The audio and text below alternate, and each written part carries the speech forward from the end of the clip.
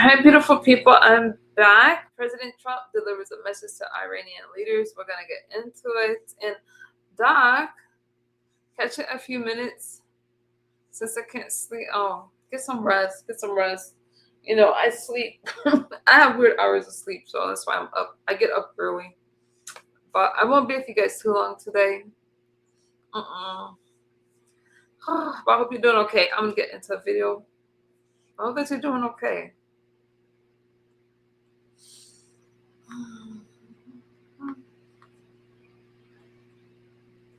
Let's see what he has to say. A lot of important things happening in our country right now, but we're doing very well. Unacceptable.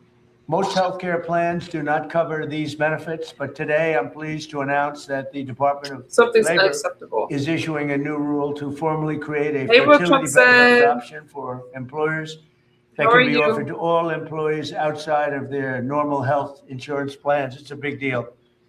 They were not properly taken care of. Katie Britt knows that better than anybody. That's right. Who called me and said, I must say, I shouldn't admit this, but the first time I really heard about the fertility was from Katie. She said, sir, we have to do something. And I'm a quick study, so I learned everything there is to learn in about 3-4 minutes. And, That's right. And I became the father of fertility. That is true. No, it just made a lot of sense to me. She explained it well. And I hope you tell that story, what happened to you, that you were virtually attacked with a bad ruling from a court. They gave a very bad ruling, as you remember, in Alabama. Yeah, you stepped in and saved the day and made sure that we had nationwide access to IVF, and have done so much since then. We're so grateful. We had something. We'll do a stream on that. Great. So it's pretty amazing. You don't see that happen very often. But this will be supplemental option available to those who need it, much like vision or dental insurance. So we're bringing it right down into the mainstream. By offering coverage for care at every step, the fertility journey is a very interesting one, very complex it was, and we're making it much simpler. This will hopefully reduce the number of couples who ultimately need to resort to IVF, because challenges can be identified and addressed very early in the process. This is a new benefit. This is a benefit that so many people have called me about. I mean, it's incredible. Oz and Bobby, I can tell you, we speak about it a lot. So many people have called me about, we have to do this. They've been waiting for it for a long time.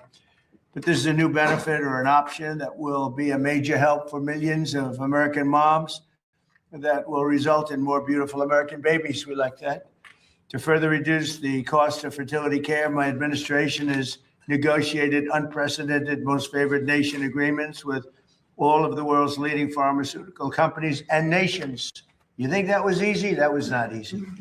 The nations in particular, I tell you, I didn't challenge them with tariffs. You don't want to give us what you want? I'm putting tariffs on your nation. Sir, we'll give it to you immediately. Actually, you think Biden could do that? I don't think so. Nor did he try, Bobby, right? They didn't even try. He did not. They never tried anything. One drug commonly used in IVF has gone from, as an example, $966 to $168, a difference of 500%. This is the most incredible thing. It's not talked about by the fake news. It's sad because it's the biggest thing to happen, I think.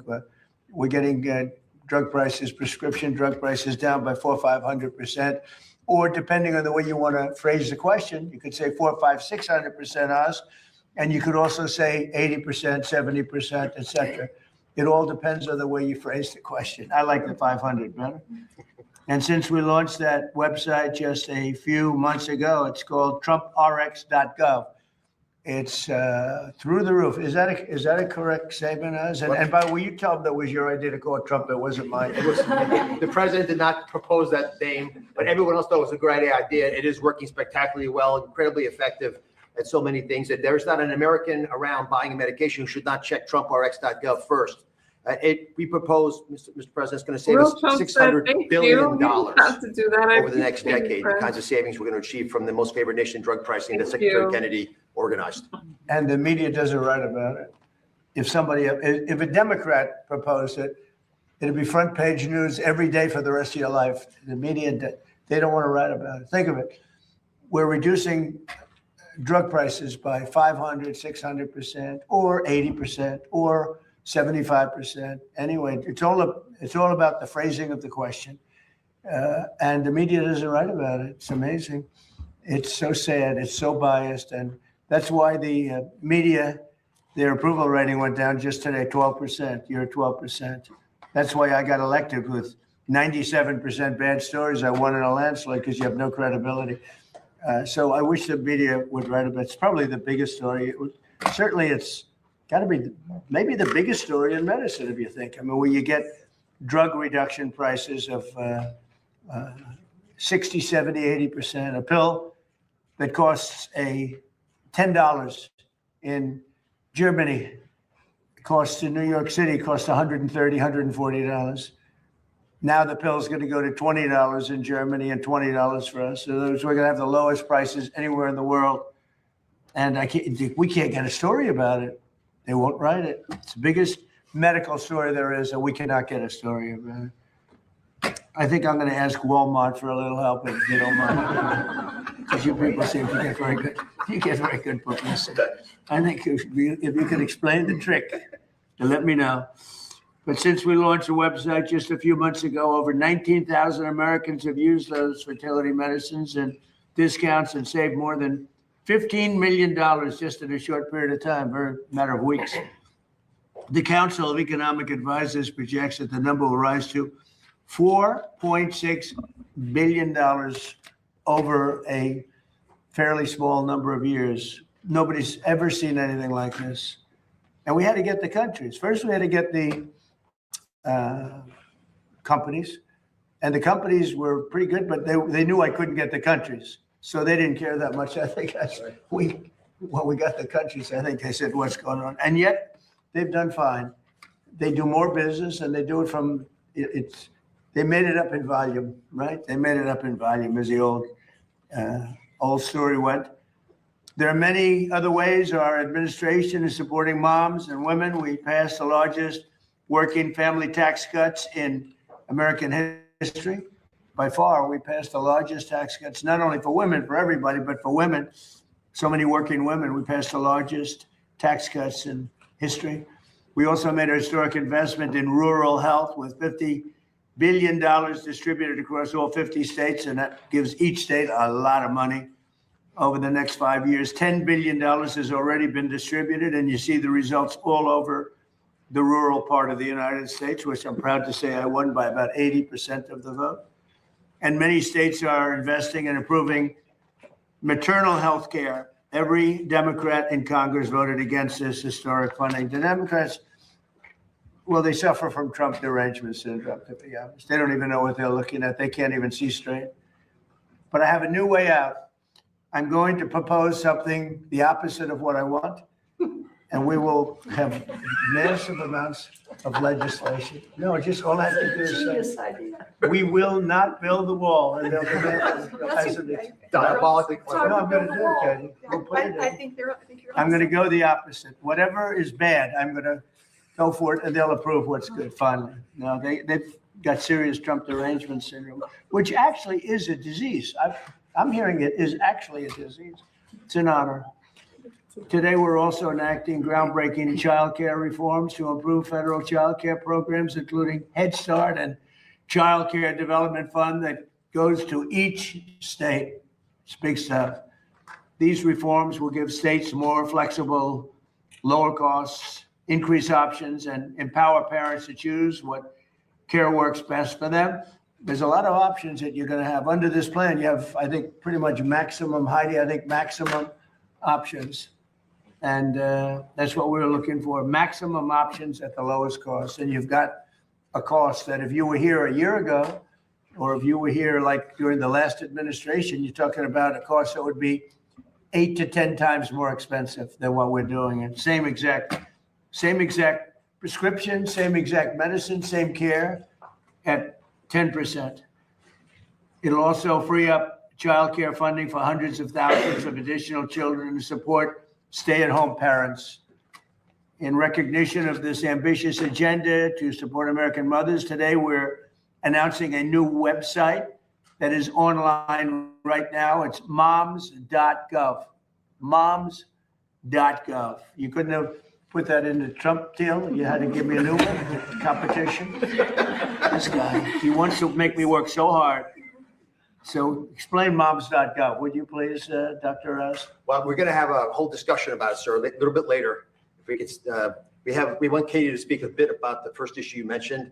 But moms.gov is a beautiful site. Folks want to check it right now while we're talking. Yeah, you really should. And it's pretty incredible. Something that Senator Rubio and I tried to do, sir, but you're the one who actually did it, along with. Well, I like TrumpRx.gov. I feel like that. No, I mean, I love moms. I love moms, but I like TrumpRx.gov. You put me in there, I got to make sure. He gives me competition now. He wants her to work. That's all right. We're only kidding. I have to say we're kidding, otherwise they'll do. Trump and Oz had a major dispute. It was terrible. And Bobby broke them up. It was a terrible, terrible dispute. These people. I encourage every mom to visit this new page where they will find helpful information about addressing Always. clinical care, pregnancy resources, nutrition tips, Trump RX, and Trump Accounts. Trump Accounts has been amazing for the kids. It's Michael and Susan Dell. They put in $6,250 million started it, and that's another one that's gone through the Trump Accounts, where young kids, they turn 18 or 20 or 21, and they feel like a billionaire. Used to say a millionaire, now you say a billionaire, but they certainly feel rich, as opposed to having absolutely nothing. It's so popular. So many people are doing it. We have people, in one case, took over the entire state of Ohio. It's putting up the money for every kid in the state of Ohio. Supporting the journey of American moms at every stage is so important to the success of our nation. I'd now like to ask Senator Katie Britt. She's the one that got me into this, I have to tell you. I hope she always remains loyal to me so I can continue to support her. You got it. I would hate to go against her. You got it. That will never happen, Katie, That's right? right. That's right, sir. But to say just a few words, she's really a fantastic woman. She's a great senator. And I got lucky. I was supporting somebody else, and then I realized that somebody else wasn't very good. And I said, who's that young woman I met that was so impressive? They say, her name is Katie Britt. I said, let me talk to her. I talked to her. I endorsed her. She won a landslide. And you've been winning in landslides ever since. So you've been doing a great job, Katie. Thank you very much. I thought I should explain it. Thank you. To say a few words, Katie's going to say, and followed by Monique Pruitt, and then Olivia Walton, then Dr. Oz and Dr. Dorothy Fink, and Dr. Alex Adams. And you'll speak not too long because I am being waited on by a large group of generals. And that's also important, having to do, That it is. Well, having to do with the absolutely lovely country of Iran. That's the way they pronounce it. Well, we will get started then. Okay. Mr. President, thank you for your work. We are here, guys. This is another example of promises made, promises kept. We look at what President Trump did when we dealt with this issue in Alabama. He stepped up to the plate immediately to make sure that we had nationwide access to IVF, to making sure that we had comprehensive fertility treatment, so that men and women, couples who were longing for their child, could continue to have that hope and also have that reality. Today doubles down on that yet again. We see the savings that have happened across the country, and I've had more and more people come up to me and tell me a story about what it has saved them. But we also know that there was opportunity for continued growth. President Trump saw that and he acted on it. So now more people are going to have access through their employer, just like they would dental or vision insurance. And there are people right now who this is out of reach because of affordability, and President Trump is bringing that back in. When you look at the comprehensive nature of what we're doing today and coming on the heels of Mother's Day, we are thrilled to support mothers everywhere. Whether it's that mom that is getting to experience growing life for the very first time, or the one chasing toddlers or wrangling teenagers, or being there when their adult child calls for advice. Moms are the heartbeats of our families, our communities, and our country. President Trump knows that, and he's made sure we've created a comprehensive culture of life. That's what you see right now with moms.gov. Moms.gov was something that then Senator Rubio and I talked about doing with Senator Kramer and now Senator Schmidt. But of course, President Trump is actually the one that put it into action. It supports moms through the prenatal, postpartum, and early childhood development stages of motherhood. Also, as we tackle rural health, look, I stand up here in front of you not only as a mom of two, but also as someone who lives in the great state of Alabama, where about 28% of women live in a current maternal care desert. The work that we did in the Working Families Tax Cuts, guys, that hits it head on. We have an opportunity now to reach those who haven't been reached. When we look at maternal mortality rates, we continue to invest both in the research that will help us resolve that issue, but also in the women that deal with so many issues during their pregnancy. We want them to be supported. And then in addition to all of that, childcare. So we know last year alone, you had about 455,000 women leave the workforce due to affordability and accessibility of childcare. We've often said, and the president and I have talked about this, if you have or want the opportunity to stay home, we want that for you. But if you want or need the opportunity to re-enter the workforce and want to be a part of building back America, like President Trump is doing, we don't want affordability or accessibility to be an impediment to that. So not only at his direction, and I was proud to lead the effort in the Working Families Tax Cuts to modernize the tax code to make sure that childcare was front and center for the first time since Ronald Reagan, sir, you're the first one to do it. Oh. But today, that comprehensive nature of whether you're staying home or you're in a faith-based provider or you have a child care center that you lovingly send your child to during the day as you work to provide for your family. Today, that is easier as a result, and we are proud of what that means for the economy. We know 24% of young families, our young families spend about 24% of their annual income on childcare. So, Mr. President, thank you for all that you've done creating a comprehensive culture of life. This is really groundbreaking. So do you see now why I endorsed her? So Yes. And always will. I'd be afraid not to. She also is married to the largest human being It's I've right ever there, met. sir. Her husband is great. He's a 11-year player in the NFL, an all-star, one of the greatest college football players ever at what he does. So he's a fantastic person. Both two really fantastic people. Monique Pruitt speaks about Trump RX. Yes, sir. Well, thank you, Mr. President and Senator Britt, for all the work and teams that have done so much around this. This is a very important topic, so glad to be here. I have personally used Trump RX and I've saved thousands of dollars on my medication. As President Trump mentioned, a lot of insurances did not cover this. Looks like they will be now, so that's wonderful. Thank you. Even so, some don't cover the medication portion. That can be a separate pharmaceutical cost.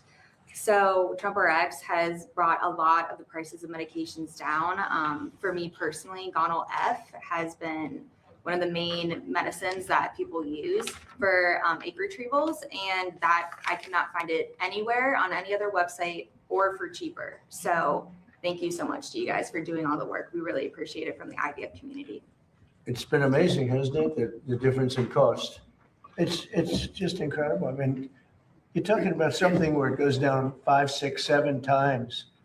And I tell the story often. I was so proud. My first term, 1/8 of 1%. I reduced drug costs during my 3rd year. 1/8 of 1%. And it's the first time in 28 years that prices went down. And I was so proud. I had a new stuff. Remember that? I was there, yes. Ladies and I'd like to just say that prices have gone down 1/8 of 1%, which is the first time in 28 years that prices have gone down for prescription drug prices and other. I was so proud of that. And now I reduced them by 500%. Perhaps that's experience. I always knew that, we were being just absolutely decimated, but, I was hunted. I was the hunter. Now I was the hunted then, and I had to devote a lot of time to that. Otherwise, I wouldn't have been too effective. Thank you guys for If I watching the said video. otherwise, I wouldn't have been. Double tap the I screen. was hunted by some very bad people. Now I'm the hunter. It's much better when you're the hunter, but these are bad people, and they'll give you no support at all, no matter how good it is. I mean, as an example, I don't know what the numbers are, but if we go to Congress to get something approved, which we get, but you can say that we're going to reduce drug prices by 80%, and we won't get one Democrat vote. I don't know how they get away with it. That's why we call them the Democrats. We have a new name, the Democrats, because they're dumb. They're dumb people, and then they just can't do it. I've been waiting so long for them to change, but they just keep losing, and they're going to keep losing with their policies. But we reduce prices by 70, 80%, and it's such a big deal. I'd like to ask Olivia Walton is here with her very handsome husband, Tom. Thank you, Tom, for being here. Thank you very much. And you're going to speak about maternal health care. Mr. President, I'm going to introduce Olivia, if you don't mind. By the way, good. before we leave the last topic, it's the leader of EMD Serrano, which makes one of the most important fertility drugs is here. Just to remind you, because you've been giving different percentages, the Monique's price of getting a product is 1/10 of what it used to be. So 1/10, forget about percentages. That's an easy number to remember. And the fact that we were paying 10 times more for that same drug in America is embarrassing. It changed under the president, and presidents have known her for a long time. But it takes guts to take on important lobbies. So why didn't they get it done? Well, the main reason is they were intimidated. They're scared Or incompetent? or incompetent. But I've had plenty of Or both. conversations with the president when he says he doesn't care, he wants to do the right thing, and this is a good example. Absolutely. Excuse me, Katie Britt's husband's here. I just spotted this very large, handsome guy. I said, oh, there he is. That's a great guy. Okay, go ahead. So let me speak a little bit about the reality that 1 in 3 Americans are underbabied. What does underbabied mean? That means that you either don't have any children or you have less children than you would normally want to have. And to Katie's point, we have a crisis that's causing our fertility rate to drop below 1.5. The replacement rate is 2.1. So we're way below what we need just to replace the people that we have in America. And one of the challenges is that rural America, where there's 60 million people, have a mortality rate, maternal mortality rate when they have babies, that's about 30% higher than if you live in an urban area. One of the ways the president wanted to address this was creating something in the Working Families Tax Cut legislation, which is, I think, the most ambitious, fantastic program ever written to help fix the healthcare system. The president saved Medicaid in the Working Families Tax Cut legislation. He also invested with Congress's help, and Senator Britt and her colleagues voted for this of the House, to put in $50 billion into rural healthcare. That's $10 billion a year for the next 5 years. All the money went out the door on time, and it's being used for incredibly beneficial advances to help Americans living in rural America have babies safely. Your zip code should not determine your mortality rate if you're having a baby. That is going to change. There's a great program in Southern Alabama. They call it LA, Lower Alabama. I love that you know that. Yes, I've been there. And that is allowing us to use these new ultrasound probes now, if you don't have an obstetrician in your county, because in many counties in LA, which is Lower Alabama, that is the case. We have states, and all the governors are embraced on this, investing a lot of money, training more people to work in rural America. And we're also using telehealth tools. So you have big, sophisticated urban centers adopting smaller facilities, clinics, so they can help moms deliver babies wherever they may live. You don't have to drive across state to get there. Now, as great as this all is, and as fantastic as it has been to have 50 governors, in this case, Mr. President, even the Democratic governors are on board. It's such a good offer. It's such a beautiful way of keeping your people healthy that everyone's embraced this program. We still can't do it by ourselves. We have to invest in the American people. We have to have governors and private sector partners that make this happen, as well as, and I hope the secretary can speak to this in a moment, because MAHA is probably vital to this effort. You have to get moms healthy enough to do the most creative thing the universe knows, which is making babies. So Olivia, maybe you could take the message around the private sector involvement and how you and your family have gotten involved in this and led the way, and maybe we can talk about MAHA afterwards. Sure, I would love to. And first, thank you so much, Mr. President. Thank you, Dr. Oz, and thank you, Secretary Kennedy. Thank all of you for making maternal health really a national priority. It's an honor to be here today with all of you. This $50 billion in rural health funds, this really represents a transformative opportunity to invest in maternal health care. And in fact, it's what's given us the confidence to launch Healthy Moms, Healthy Babies America, which is our campaign. It is bipartisan. Dr. Oz is right. Democratic governors across the country are also very interested in doing this. We have a simple goal. We want to cut the U.S. maternal death rate in half in 5 years. That sounds audacious, but I am confident we can do it. I am confident because we have the federal leadership, because President Trump wants to make America the best place to have a baby. I'm confident because we now have this $50 billion, money that's already going out to the states that we can actually leverage to pay for some of this. And I'm confident because honestly, we know how to fix this. The vast majority of infant and maternal death is preventable. We know the solutions. Maternal health is rural health. You heard the numbers from Dr. Oz. I'm here today as a mother from Arkansas. I have 3 young kids. I live in a very rural state, and I'm thrilled to say Governor Sanders is taking maternal health head on and has made some incredible progress. But in rural America, it is hard to have a baby right now. It is hard to get care. We have moms driving for hours to get to the OB. Most moms don't have the time to do that. And a lot of moms don't have the money to do that either. And then after they have the baby, they're not going back for any kind of checkup. For those of you who know, who've had a baby, what's the standard of care? They say, come back in 6 weeks. It's not a good idea. You all know how precarious those precious few weeks are. You need help sooner than that. And by the way, not all this care has to be done by an OB. It can be done with doulas and nurses and midwives, folks in your community. They can work with the doctor. As Dr. Oz said, there is virtual care. The solutions really do exist. And now is the time to get serious about this stuff and scale it. So we are uniting business leaders with policymaker, healthcare providers, faith leaders. We believe there's a great opportunity for faith leaders to play a bigger role in taking care of babies postpartum. And I'm just grateful to be here. I really believe, I know you're meeting with the generals, and we appreciate you keeping our country safe. Investing in maternal health care is the most strategic investment we can make in the future of American prosperity. So thank you. Hey, Tom, she did very well. What do you think? I'd give her a 10, maybe a 12. I'll give her a 12 better. So when is she running for office? You know, the nice thing, I just listen, is Olivia was saying, she's so respected, and she doesn't need this. She doesn't need to come here and go, and she goes around and checks hospitals and does things. She really doesn't need it at all. She could be doing anything she wants, anything. And I think it's fantastic. And thank you very much. It's very kind of you. Thank you very much. Thank you, sir. Really beautiful. Thank you. Okay, we have Dr. Fink. Oh, yes, right here. Dr. Fink, how are So you? good to see you. Nice to see you. Go ahead. Well, thank you, Mr. President, for your ongoing support of maternal and infant health. We recognize that the health is connected. That's why we launched the Perinatal Improvement Collaborative during the first Trump administration, an effort that has continued to this day to improve health outcomes for moms and babies. Through this nationwide network of hospitals, we are using real data and proven clinical practices to protect mothers and newborns. In the Perinatal Improvement Collaborative hospitals, we have reduced maternal mortality by 41.5%, which is truly incredible. And this is compared with the 5.9% decline in benchmark hospitals over the same period of time. Our goal is to have every hospital in America doing this, and we're thrilled to be partnering with Heartland Forward to make this happen. We really want every woman to have a healthy delivery and a healthy baby, and to make the United States the healthiest place in the world to give birth. Okay. Yes, and I'll also add in that you all and the Trump administration have taken his strength and support for American mothers and families.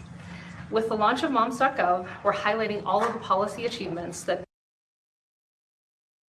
have advanced to support moms and babies.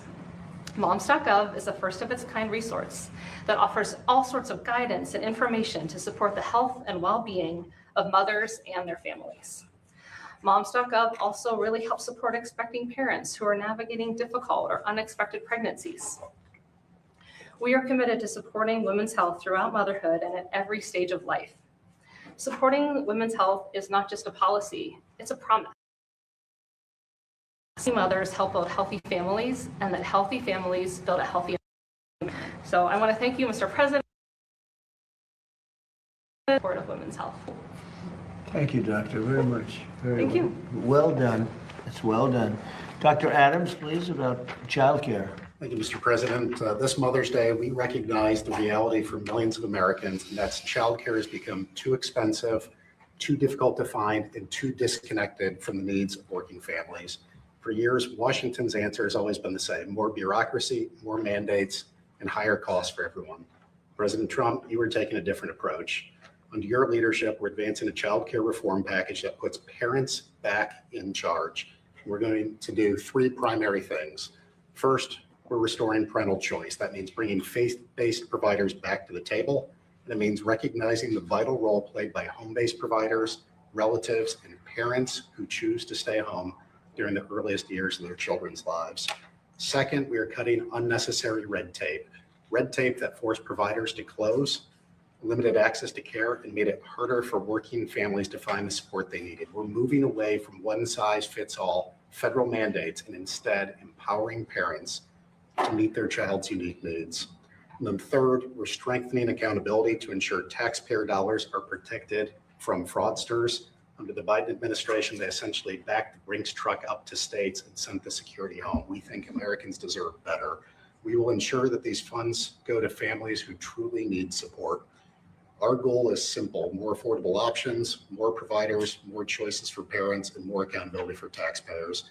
Mr. President, your pro-family agenda recognizes a simple truth: strong families build a strong nation. And if I could just end on a personal note, Mr. President, I want to thank you for your leadership and everybody up here for their leadership on fertility issues. My beautiful baby girl, Emerson, is a product of IVF, and I thank you for your leadership on that issue and sharing the joy of parenthood with many, many more American families. Thank you, sir. Well, thank you very much, Doctor. It's great to know.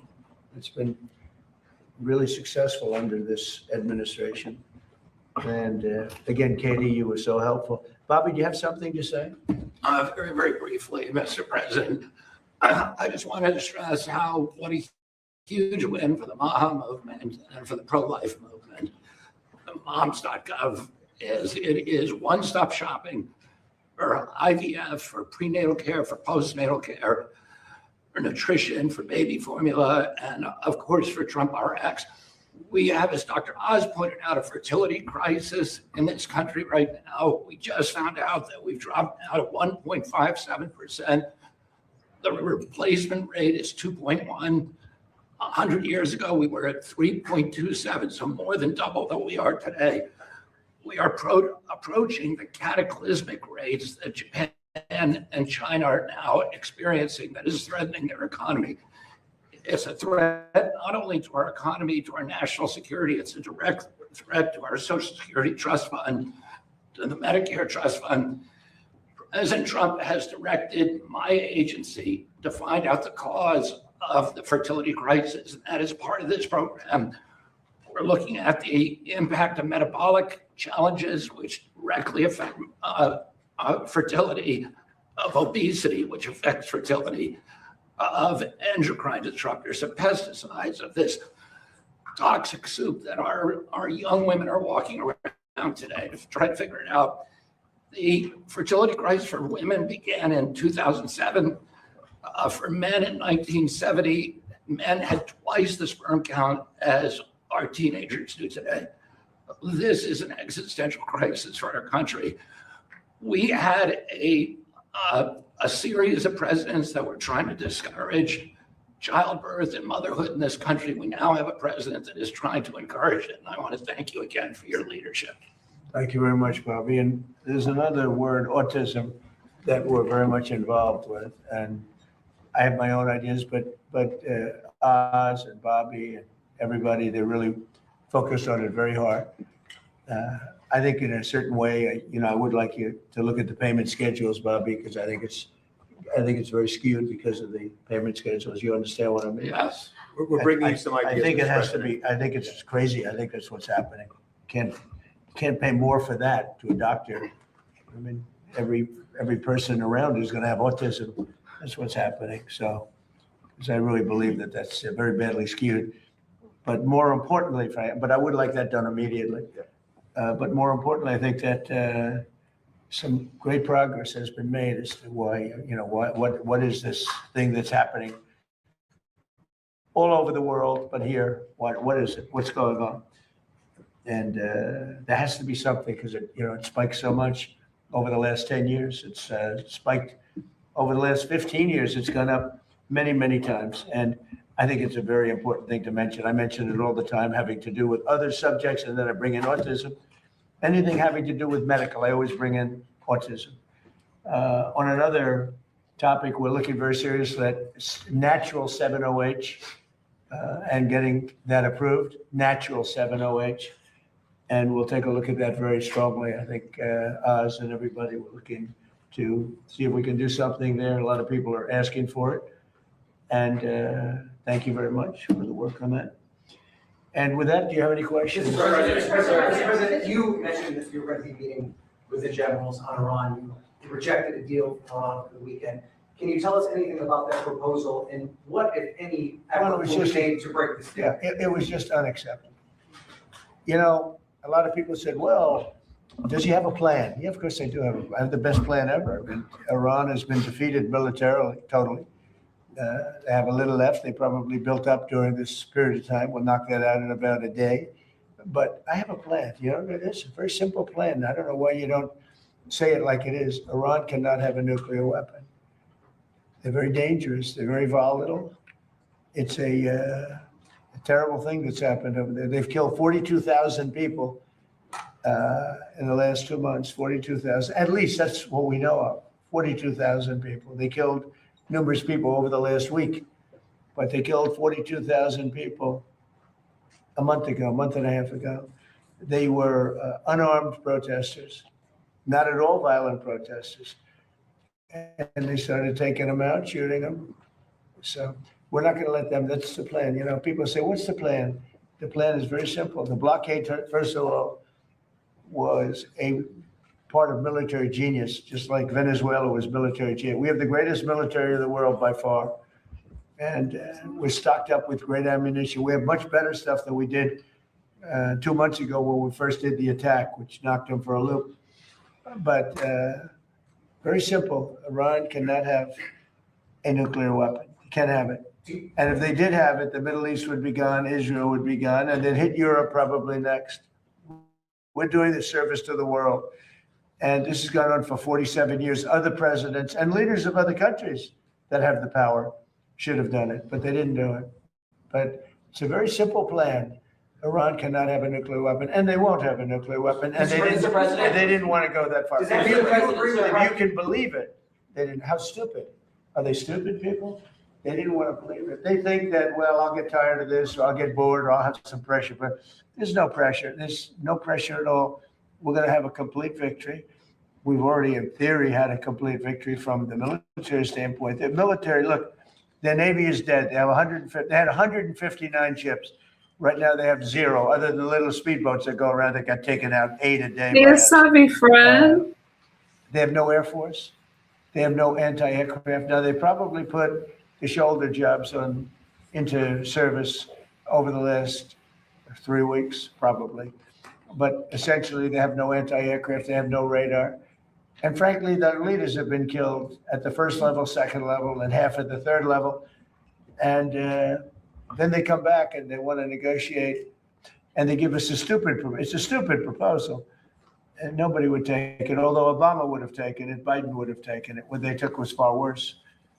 So we stopped them twice. We stopped them when I terminated the worst deal probably ever made in the history of our country in terms of defense.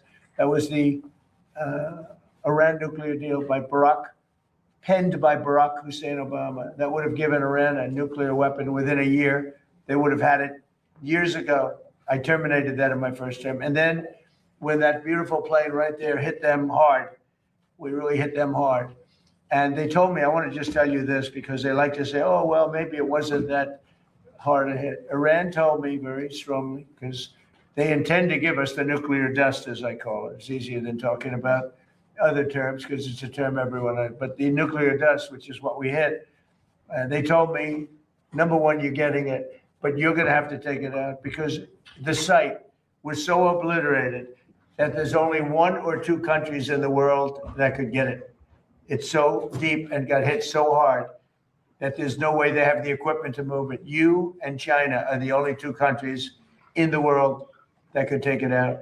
So we talked about it, and they said, you'll have to take it out because we don't have the capability of doing it. So for those people that like to say that those great pilots in those great planes, well, we just ordered 22 more of them, new and improved, that those great pilots didn't do their job. They did their job. 1 o'clock in the morning with no moon, no light, no nothing. Every single bomb hit its targets. And then, as you know, we shot some incredible things. There's things that nobody else has. Nobody has a military like we have. We shot the Tomahawks from a submarine 200 miles away, and that went on top of it. But every one of those, including the Tomahawks, every one of those weapons and shots hit perfectly. And they said to me, just to put it on the record, they said to me, there are only 2 countries in the entire world that could ever get that stuff out of there because we don't have the equipment and nobody else. They said, China and the United States. So I just want to let you know, those pilots did an unbelievable job, very dangerous job at 1 o'clock in the morning. Think of it. No moon, no nothing. We had no light purposely. And every single one of those bombs were right down an air chute in a granite mountain that exploded. And they are unable to get it, even if they wanted to, but we're not going to take a chance. So that's part of the deal. So, sir, are you saying that Iranians agreed to allow the removal of all their enriched uranium? Yeah. Well, they did it 2 days ago. They didn't, okay? They did 2 days ago. They said, you're going to have to take it. We were going to go with them, but they changed their mind because they didn't put it in the paper. So when they sent us this document that we waited 4 days for, that should have taken 10 minutes to do, look, very simple. We get that. They guarantee no nuclear weapons for a very long period of time, and a couple of other minor things, but they just can't get there. So they agree with us, and then they take it back. But they said to us that it was so badly obliterated, was the word they actually used. That was my original word. Then it got challenged by some of the fake news. And it wasn't challenged with any knowledge. It was just challenged like they were hoping that this wouldn't have been so successful. No, it was obliterated. We have the greatest military in the world. I built it largely in my first term, and I didn't know I'd be using it quite this much in my second term. But very simply, when they say, does he have a plan? Yeah, I have a plan. The plan is very simple. You know, in war, you have to change. You have to be flexible. You have a lot of plans, but you have to do different plans in different days. But I have a great plan. But the plan is they cannot have a nuclear weapon. And they didn't say that in their letter. Mr. President, given the leadership changes that you've talked about in Iran, is this still a leadership that you believe you can negotiate with and Yeah. ultimately reach a peace I think deal so. with? Well, you have two. You have the moderates and you have the lunatics. And I think the moderates are more respected. The lunatics want to fight till the end. You know, it'll be a very quick fight. But I call them. You have, just like our country, we have lunatics too. I call them lunatics. I call them stupid people too. But in Iran, they have the moderates that dying to make a deal, and then you have the lunatics. And I guess they're a little bit afraid of the lunatics, but and why not? The level of ferocity for protests. You know, the people are watching it. They want to go out on the streets. They have no weapons. They have no guns. We thought the Kurds were going to give us weapons, but the Kurds disappointed us. The Kurds take. They have a great reputation in Congress. Congress says, oh, they fight so hard. No, they fight hard when they get paid. So I'm very disappointed in the Kurds, but they were given, I said it wasn't going to work, by the way. I just have to say it. I disagreed with what they did. They gave it. I said, they'll never get there. And I was right. I like to be right. In this case, too bad, but we sent some guns with ammunition, and they were supposed to be delivered, but they kept it. I said they're going to keep it, but what do I know? I've only been doing this a short period of time. What do I know? For the time being, the ceasefire remains in place? What? For the time being, the ceasefire remains in place? You know, it's unbelievably weak. I would say, I would call it the weakest right now. After reading that piece of garbage they sent us, I didn't even finish reading it. They said, I'm not going to waste my time reading it. I would say it's one of the weakest right now. It's on life support. They understand these are all medical people. Dr. Oz, life support is not a good thing. Do you agree? Bad prognostic. I would say the ceasefire is on massive life support, where the doctor walks in and says, sir, your loved one has approximately a 1% chance of living.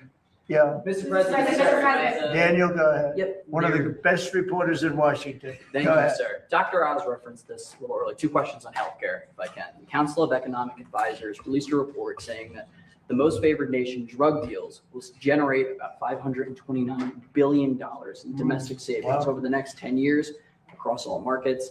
How transformative are these deals? Makes people better. Yeah, it does. How transformative are these deals for millions of Americans? And do you believe that the most favored nation drug deals are the Republicans' golden ticket to the midterms?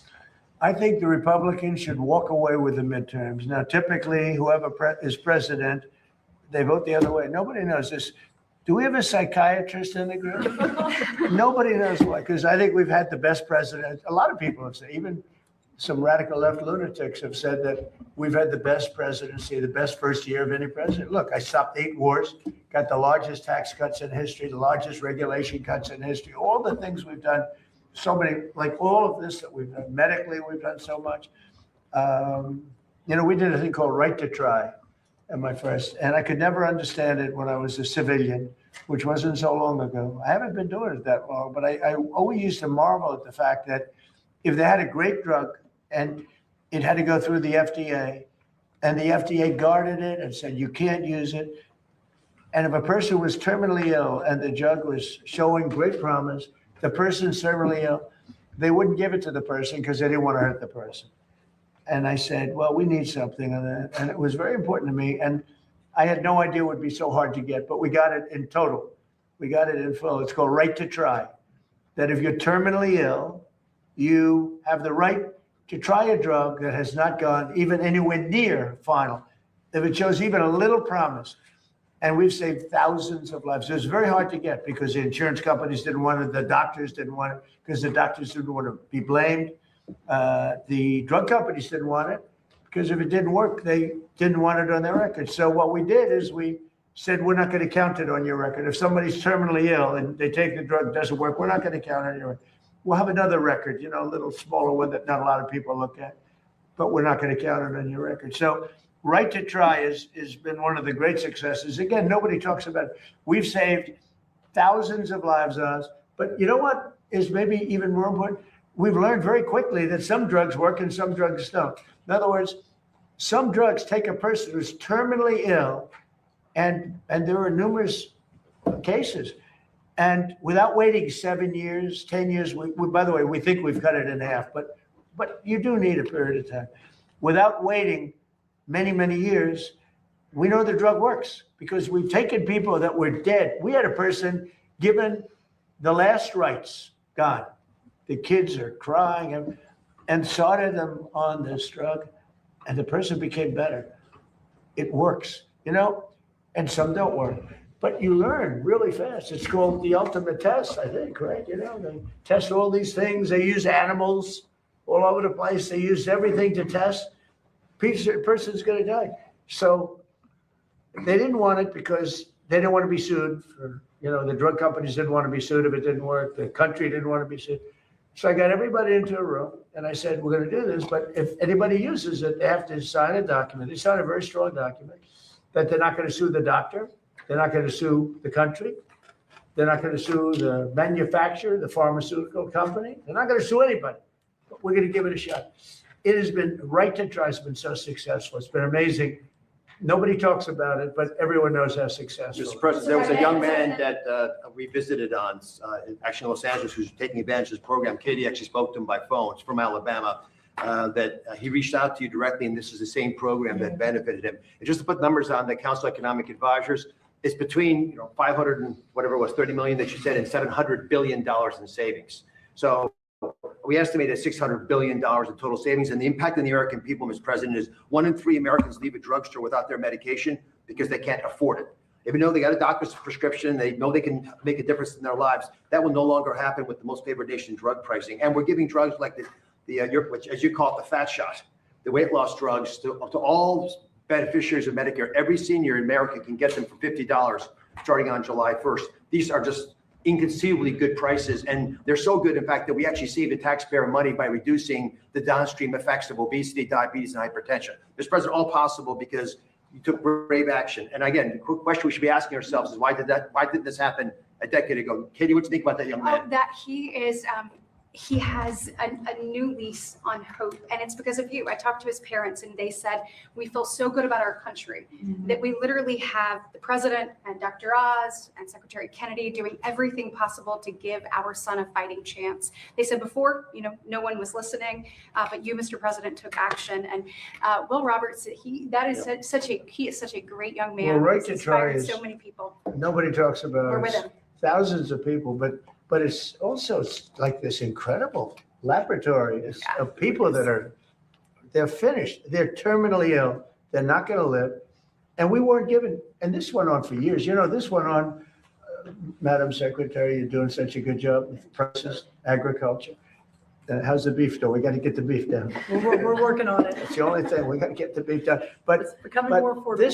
this was so incredible because, and I marveled at it for 30 years. I'd say, why? I'd have friends that were terminally ill. You'd meet people. They were really in bad shape. They weren't going to make it. And they couldn't get a drug that looked like it was going to work.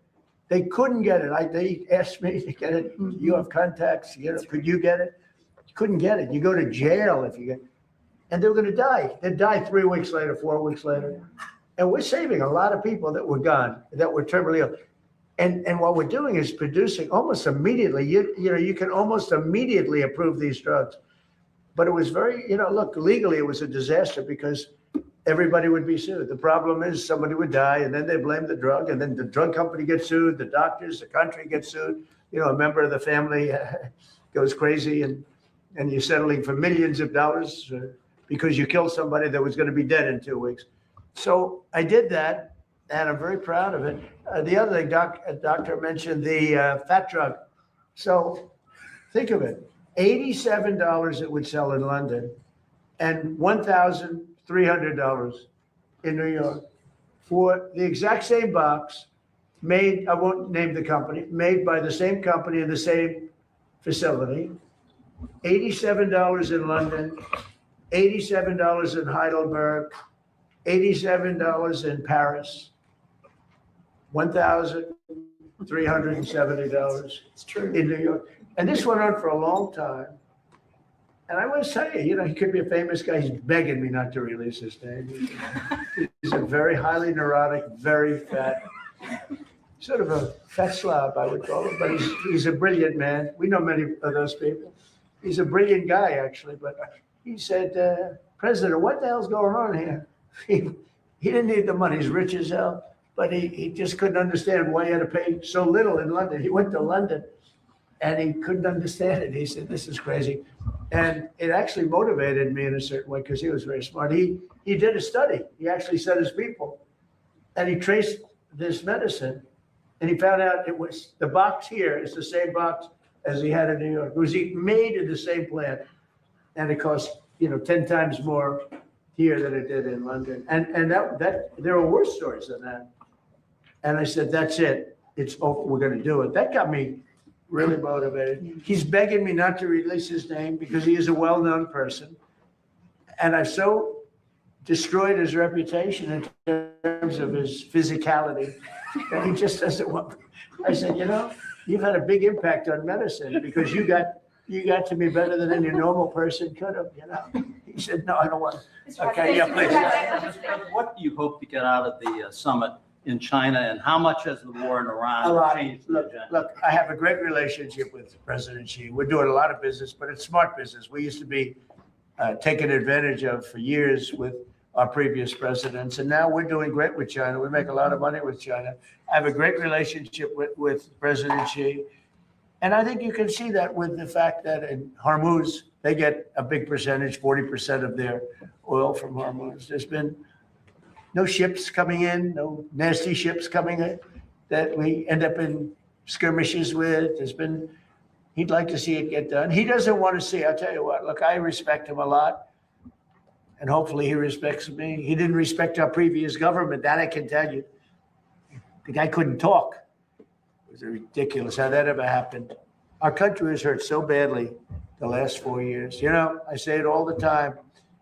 It was the king of Saudi Arabia, but everybody says we were a dead country a year and a half ago.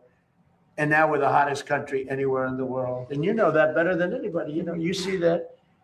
Olivia sees that. You see it in the numbers. Look at the numbers. Look at the stock market. The stock market is now higher than it was when this war started. So I thought that would go down 20, 25%. It was fine. I'm willing to, it's a terrible expression, take a bullet. It's a terrible expression, especially when it's used by me. But I'm willing to take a bullet for the country. And I said, look, the stock market's going to go down, but we're going to have a threat of lunatics having a nuclear weapon. I deal with them. I say it to them. I say, you people are crazy. I deal with them. They talk differently. I say, you're crazy. You're crazy people. You're nuts. You're not having a nuclear weapon. They think they can talk me into it, and they don't do very well with it. But they know how I feel. They can't have a nuclear weapon. They would use it within an hour after getting it. If the Obama deal wasn't terminated by me, they would have had it 6 years ago.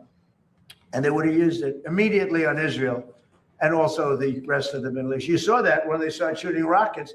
Nobody thought Saudi Arabia and Qatar and UAE were going to get hit, or Kuwait, Bahrain. I think it was a tremendous strategic mistake, and they wasted those missiles. We have the Patriots that knocked them down every time. You know, I told the story. We were shot at one of our great assets, happened to be a ship, great ship. 111 missiles going at very high rates of speed, sophisticated equipment. And, you know, that's all they did is build missiles, thousands of missiles. Who does this except for people that are looking for trouble? We had 111 shot at one of our ships over a very short period of time. Out of 111 missiles going at 3,000 miles an hour, all 111 missiles were knocked down into the ocean long prior to arriving at the target. And the coolest guys are the guys that do this. You know, they're not brawn, they're brain. They sit there, missile shot. You got to see it happening. Missiles coming. They got like about 13 seconds to make a decision. It's not like, gee, let's figure it out. They make a wrong calculation. You know, you lose a lot of men, and a lot of $1 billion times 10 ships. So, but there's a level of coolness that missile shot, they look, blah, blah, blah, blah, blah, blah, blah. And, you know, they're going, heading 47 degrees north, 1,300 feet, going 3,000 miles an hour. Okay, we have it in our sight. Fire, boom. 10 seconds left. Let me tell you, they need smart people. These people are smart. And they're so smart that they're cool. You know, under the calculations for some people are very tough. For other people, not so tough. There's, you know, about 1%. There's not too many. There's not too many people around like that. I say, a lot of times I'll call these gunners because they're phenomenal geniuses. You know, where did you go to school? I went to MIT. Where did you go to school? I went to the best schools. Smart. Got to be smart. We have the greatest military of the world. Okay. Mr. President, back to motherhood. Your one big beautiful bill. I like that. Because this is about motherhood, not about the beautiful country of Iran. Go ahead. Thank you all for being here. Your one big beautiful bill defunded Planned Parenthood for 1 year, but that expires on this July 4th. Would you like Congress to use? Well, we're going to see what happens. Congress is now negotiating. We've been very good for the people that want it, for the people that are here, and we'll see how that goes. It's been a very thorny, to put it mildly, it's been a very thorny issue. It's all under negotiation right now. Yes, ma'am. Would you like to see that defund? Go ahead, please. Thank you, Mr. President. What do you think about the handling of the hantavirus by the U.S.? I think fine. Do you regret withdrawing from the WHO? Given that? No, I'm glad. So we were paying the World Health Organization $500 million a year. Look, it's a lot of money, but in the overall scope, it's not that much, but it's a lot of money. And we weren't being treated well, and they were making the wrong diagnoses. I was the one that said it came from Wuhan. They didn't say that. They refused to say that because they were totally owned by China. So I was saying it came from Wuhan. They didn't want to say that. Now it's turned out, I think it's been conclusive that it came from Wuhan. But I said that on the first day because I saw satellite pictures with body bags all over Wuhan, literally all over Wuhan. So I said that they lied to me or they didn't know. So we were paying for, let's say, 350 million people. We were paying $500 million a year to the World Health Organization. That's a lot of money. What the hell are they going to do with that kind of money? And China was paying $39 million a year for 1.4 billion people.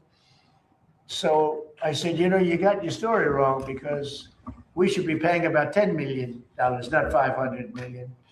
And they were willing to negotiate, but it was so popular when I pulled out. They gave us all wrong information. On COVID, they were totally wrong. And I looked today and I saw the same doctor that was there.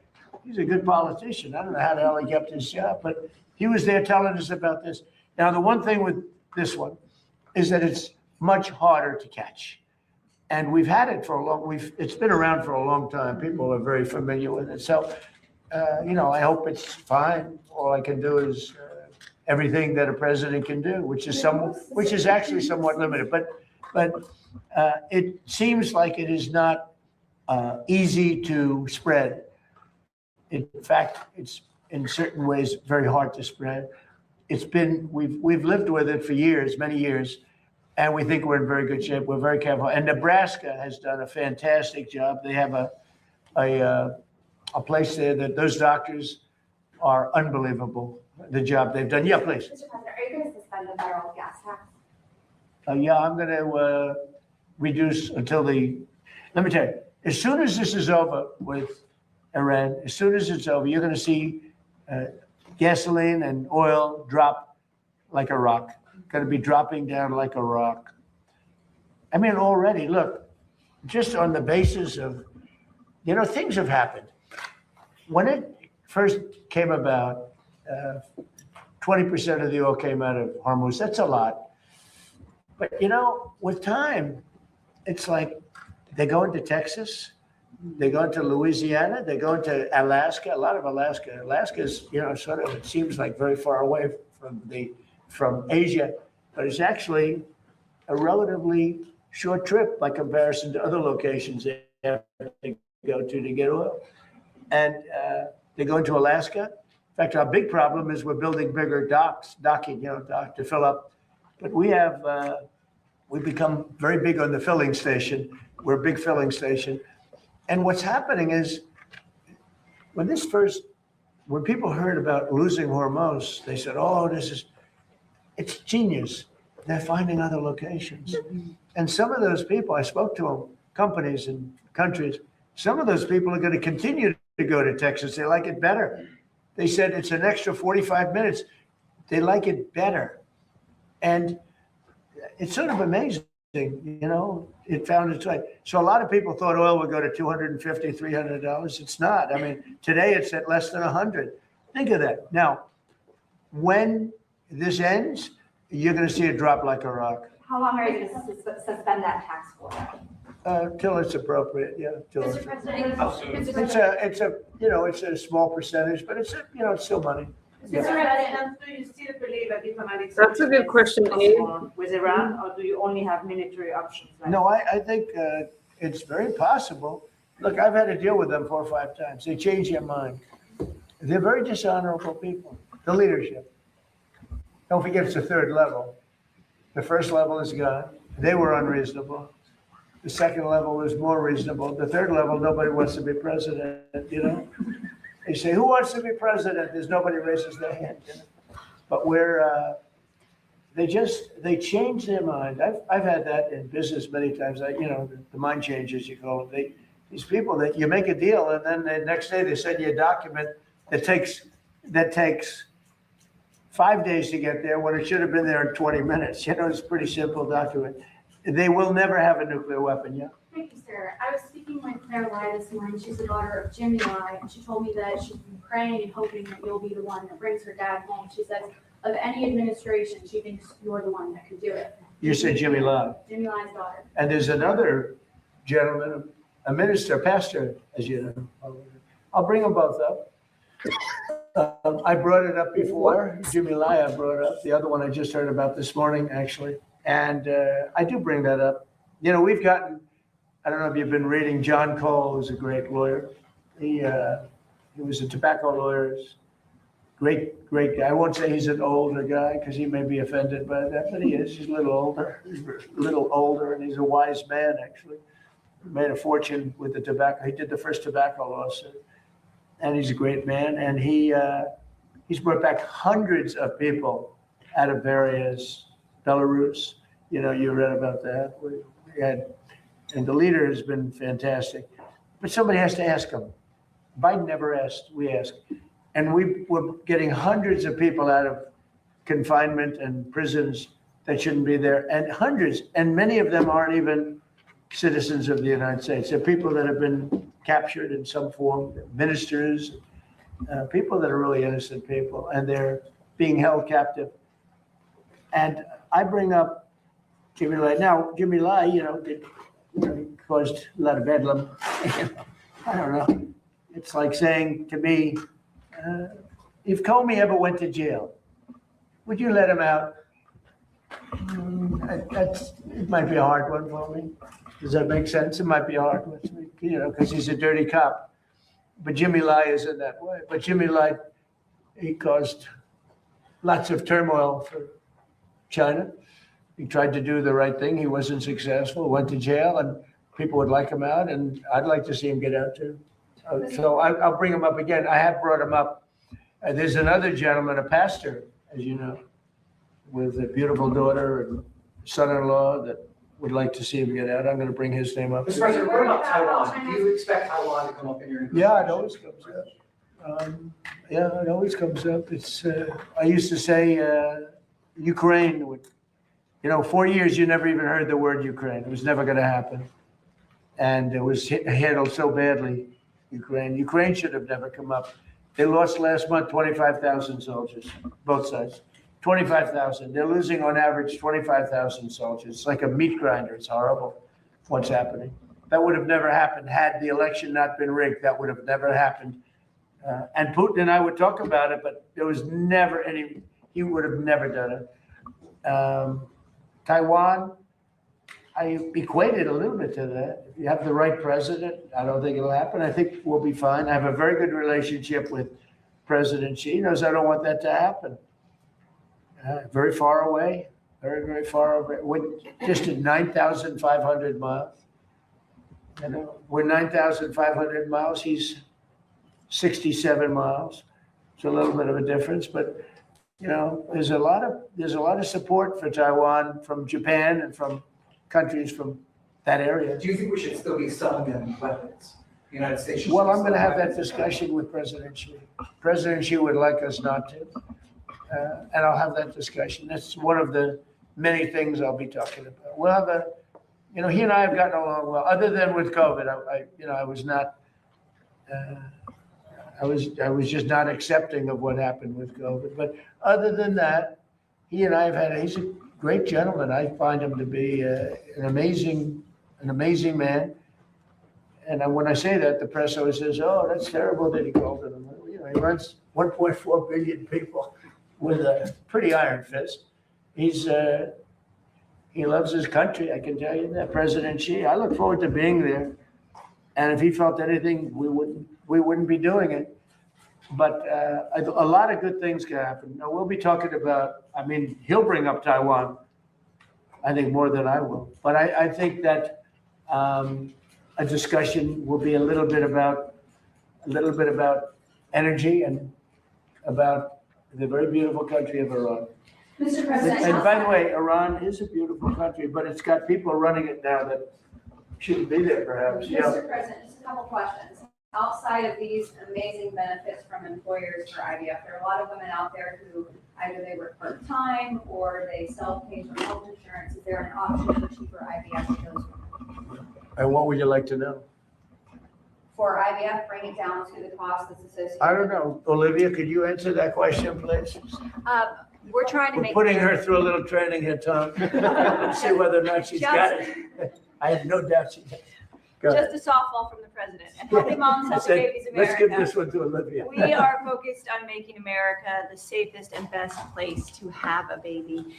The IVF question, I think, can probably be better hit by Senator Britt and Dr. Fink and others. Yeah, so what we're trying to do is obviously make sure that people have greater access and the affordability goes down. We did that obviously with what you saw from the president last year, the 2 different announcements he made. We've seen, over thousands of people have more access with regards to affordability. I think we've saved about $15 million, but we know that this is going to go up to the tunes of billions of dollars with what we're doing here. With being able to allow employers to do this, we think it will ultimately drive down to each and every person. So that is the point. The more that people are able, we want to get, as Secretary Kennedy said, we want to get to root causes as well. So we want to make sure that we are treating the entire issue, not just putting a Band-Aid on it and moving on. We want people who want to bring life into the world to have that opportunity. We do believe that this will do that. So a combination of allowing this to be available, but then also the affordability element. I think it's down, as he said, I mean, some of these drugs down 80% from a year ago, some down 40% over a year ago. So it's a really exciting time, and we do think that this will ultimately be able to reach all Americans. But a lot of people don't realize it's available. I spoke to people, they don't know about the Trump, they don't know about any of these things, and where you're saving so much money, where they can actually afford it. When you get prices down to just a tiny fraction of what they used to be, that's one of the reasons I don't need it for myself. I get enough publicity, but I need it to inform the public. A lot of people, like your question's a good question, but a lot of people don't know IVF and so many other things that could help them, that they assume it's so expensive, it's not within their price range, and they're not going to be able to afford it or even think about it. And then they hear about these numbers. And in addition, there's some help that we give them beyond even the low numbers. Mr. President, only 1 in 3 Americans know what TrumpRx.gov does. It would be a great service. I know he kids you a lot about this not getting reported appropriately, but there is no excuse to buy drugs. Make sure you're getting the best. And sir, we Why is it working? People who are going to it, but there's hundreds of millions of Americans. So we have got to get Americans to realize. You mentioned fertility. Fertility drugs are probably a third of the cost of the entire is involved with them. You can speak to perhaps even better than in the room. But the country's prepared. The CDC is focused on it, and the agency is well aware of the opportunities to actually treat this problem, not just try to prevent it in the future, but treat it if it happens now. Secretary. Yeah, I mean, we've had CDC teams on it from day one. I was speaking with the University of Nebraska since the second day of the outbreak. I was speaking with Governor Billen of Nebraska. We had a CDC team at Tenerife. We had airplanes ready to take the patients, the 17 patients off the vessel and transport. 2 of them went to Atlanta. One of those was symptomatic. They're in a biocontainment lab in Atlanta. The other 16 are now in Nebraska. One of them.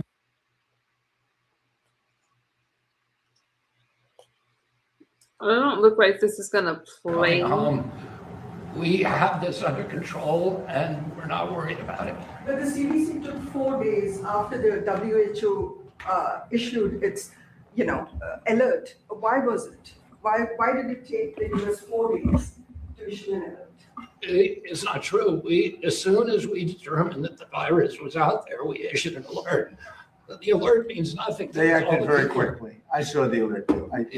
Give me a break. They acted very, very quickly, and it looks like, and can't bet anybody's life on it, but it looks like it's just a disease that we've had around in a very small way for a long time. Not a good one to catch because, it's a very severe disease if you catch it, but it's very hard to catch. Daniel, did you have a question? One last one. Senator Britt mentioned the website moms.gov. One of the policies that's on there Right. are the Trump accounts, right? They're getting ready to go live this summer. When you speak to young parents, this is one of the policies they repeatedly bring up about how impactful it will be for them.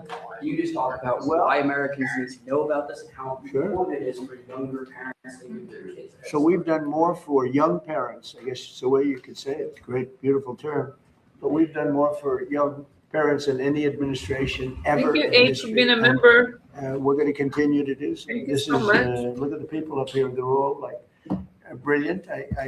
I'm one of the young ones, That's right. I'm a similar age to all of you. Very similar. I feel the same as them. I actually feel, for sure. I don't know what this is. I feel the same as I did 50 years ago. Yeah. It's crazy. Someday there'll be a day when that won't happen. I'll let Bobby and Oz know, It's not quite the same, but I feel literally the same. I don't know why. It's not because I eat the best foods. Maybe they are the best foods. Who knows what the best foods are? Maybe junk food is good and the other food is no good. I know people that eat the best food. They go to a restaurant, they have celery and I don't want, and I'll have steak and everything else. And I say, how you doing? Well, it's over for me at a young age. And all they do is watch it. I know many, many people that all they do is watch their weight, their this, their that. And they kick the bucket. And here we are. I feel great. Thank you, Daniel. We have to get to the response with Iran. Now, Donald Trump said no go. Iran, they're not going to have nuclear weapons. We're not paying reparations to Iran. Okay? So let's see the response. Abe, thank you. New friend. Okay, guys. Are we still friends? You guys, y'all good in the chat? Let me get to Iran and what's happening over there. Where is it? I think this is it. I hope this is it. What did I do with the response? Hang on.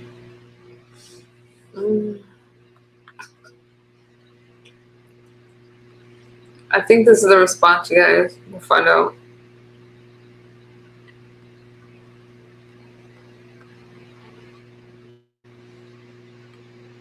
Yeah, it is.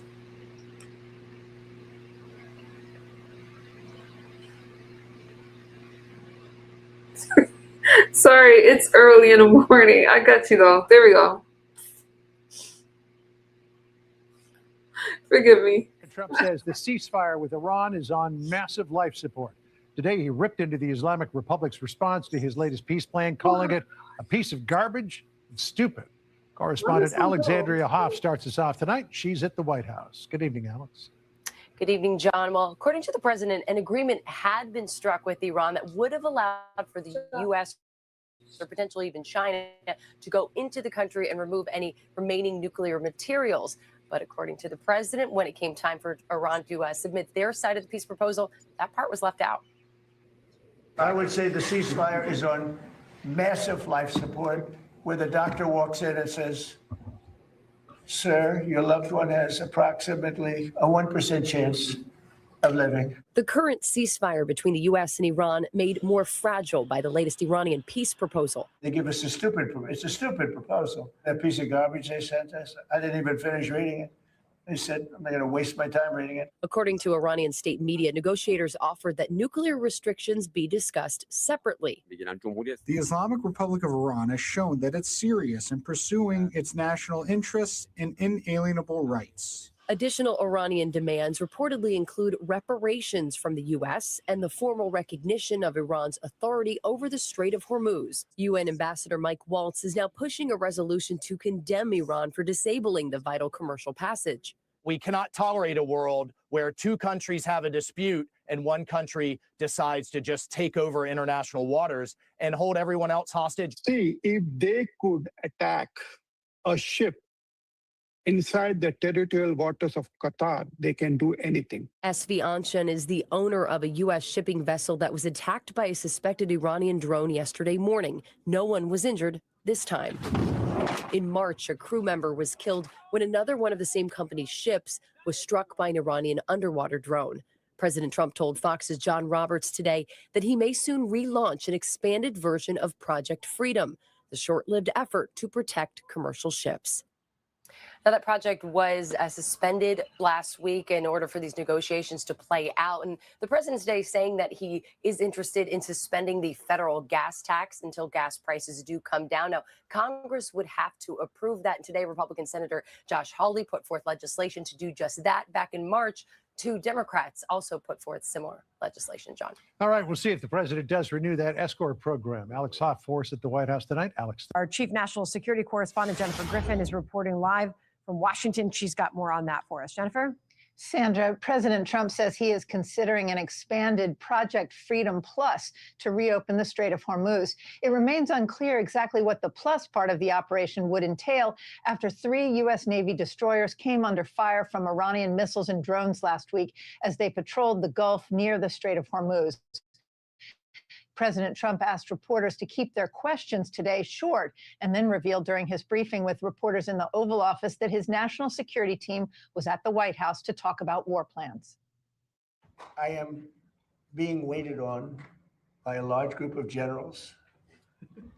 And that's also important, you know, having to do with the absolutely lovely country of Iran. The president expressed frustration with Iran's latest ceasefire proposal, calling it a stupid proposal. I would say the ceasefire is on massive life support, where the doctor walks in and says, "Sir, your loved one has approximately a 1% chance of living." Now entering its 5th week, the U.S. blockade of the Strait of Hormuz and ships going to Iranian ports has redirected 62 commercial ships sailing to or from Iranian ports and has fired shots at and disabled 4 commercial ships, the Tuska, Hasna, Sea Star, and Sevda. Today, the British Royal Navy announced it has sent the HMS Dragon, a destroyer, to the Persian Gulf as part of a multinational mission to restore shipping in the strait, but has yet to join the U.S. effort. Today, a Singapore-flagged tanker loaded with liquefied natural gas took a U-turn at the mouth of the strait. Analysts have been closely watching the LNG carrier's journey. If it makes it through the narrow channel, it would be the second LNG vessel laden with Qatari gas to do so since the conflict began. The first in 2 months made it through the strait this weekend and has now arrived in Pakistan. The Strait of Hormuz is essentially closed to commercial shipping. A cargo ship was hit by an unknown projectile while sailing 23 nautical miles northeast of Doha, Qatar on Sunday, the UK Maritime Trade Operation said in a statement. Sandra. All right, Jen Griffin live there in Washington on that for us. Jen, thank you. John, now the White House Principal Deputy Press Secretary Anna Kelly. Anna, welcome to you and welcome back, I should say. Based on everything we're hearing from President Trump today, you know, and his disappointment in what Iran is bringing to the table to come to a deal here, I'm looking at oil prices right now. They're back near $100 a barrel.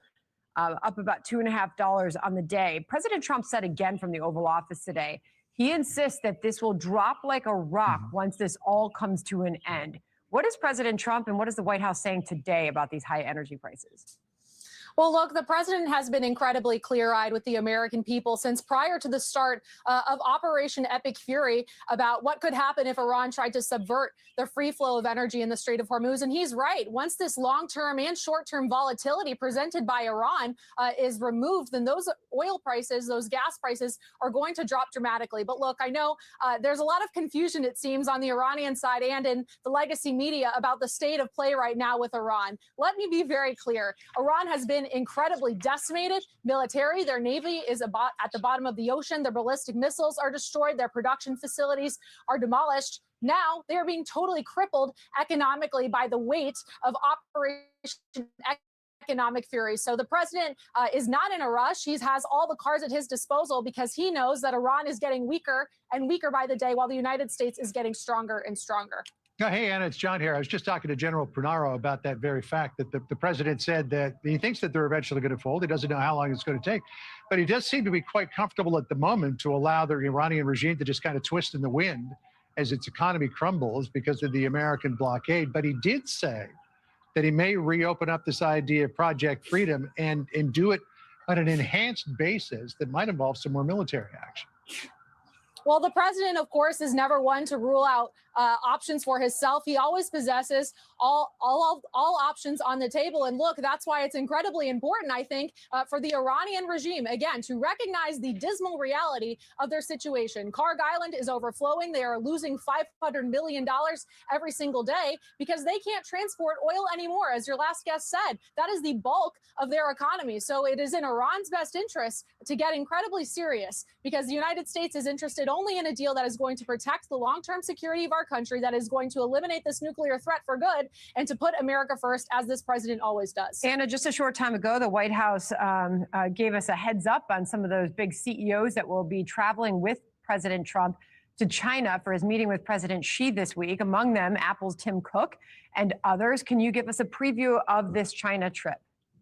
Sure. Well, the president, of course, has a great relationship with President Xi, and I think we can expect more of what this president has done over the past year when past presidents, unfortunately, sold out American industry, shipped jobs overseas. This president, thankfully, put an end to that practice and rebalance trade, rebalance the economic order to put America first, just as he promised. So this, of course, will be a visit of tremendous symbolic significance. But as you said, there are a number of CEOs coming on this trip because this president never travels for symbolism alone. The American people can expect more good deals for our country, continued work on the U.S.-China Board of Trade, deals spanning the aerospace, energy, agriculture industries that ultimately will end that practice of shipping jobs overseas and selling out American workers in favor of policies and agreements that put America first and revitalize our economy here at home. So, Anna, when I was talking to the president this morning, it was just before the Oval Office event, he kind of surprised me a little bit because he said, John, I just want to tell you, I'm very serious about this. So you can talk about this. I'm serious about beginning a process to make Venezuela the 51st state. Now, there's a rich history in this nation of taking territories and absorbing them into the United States. You know, Puerto Rico is one that people talk about.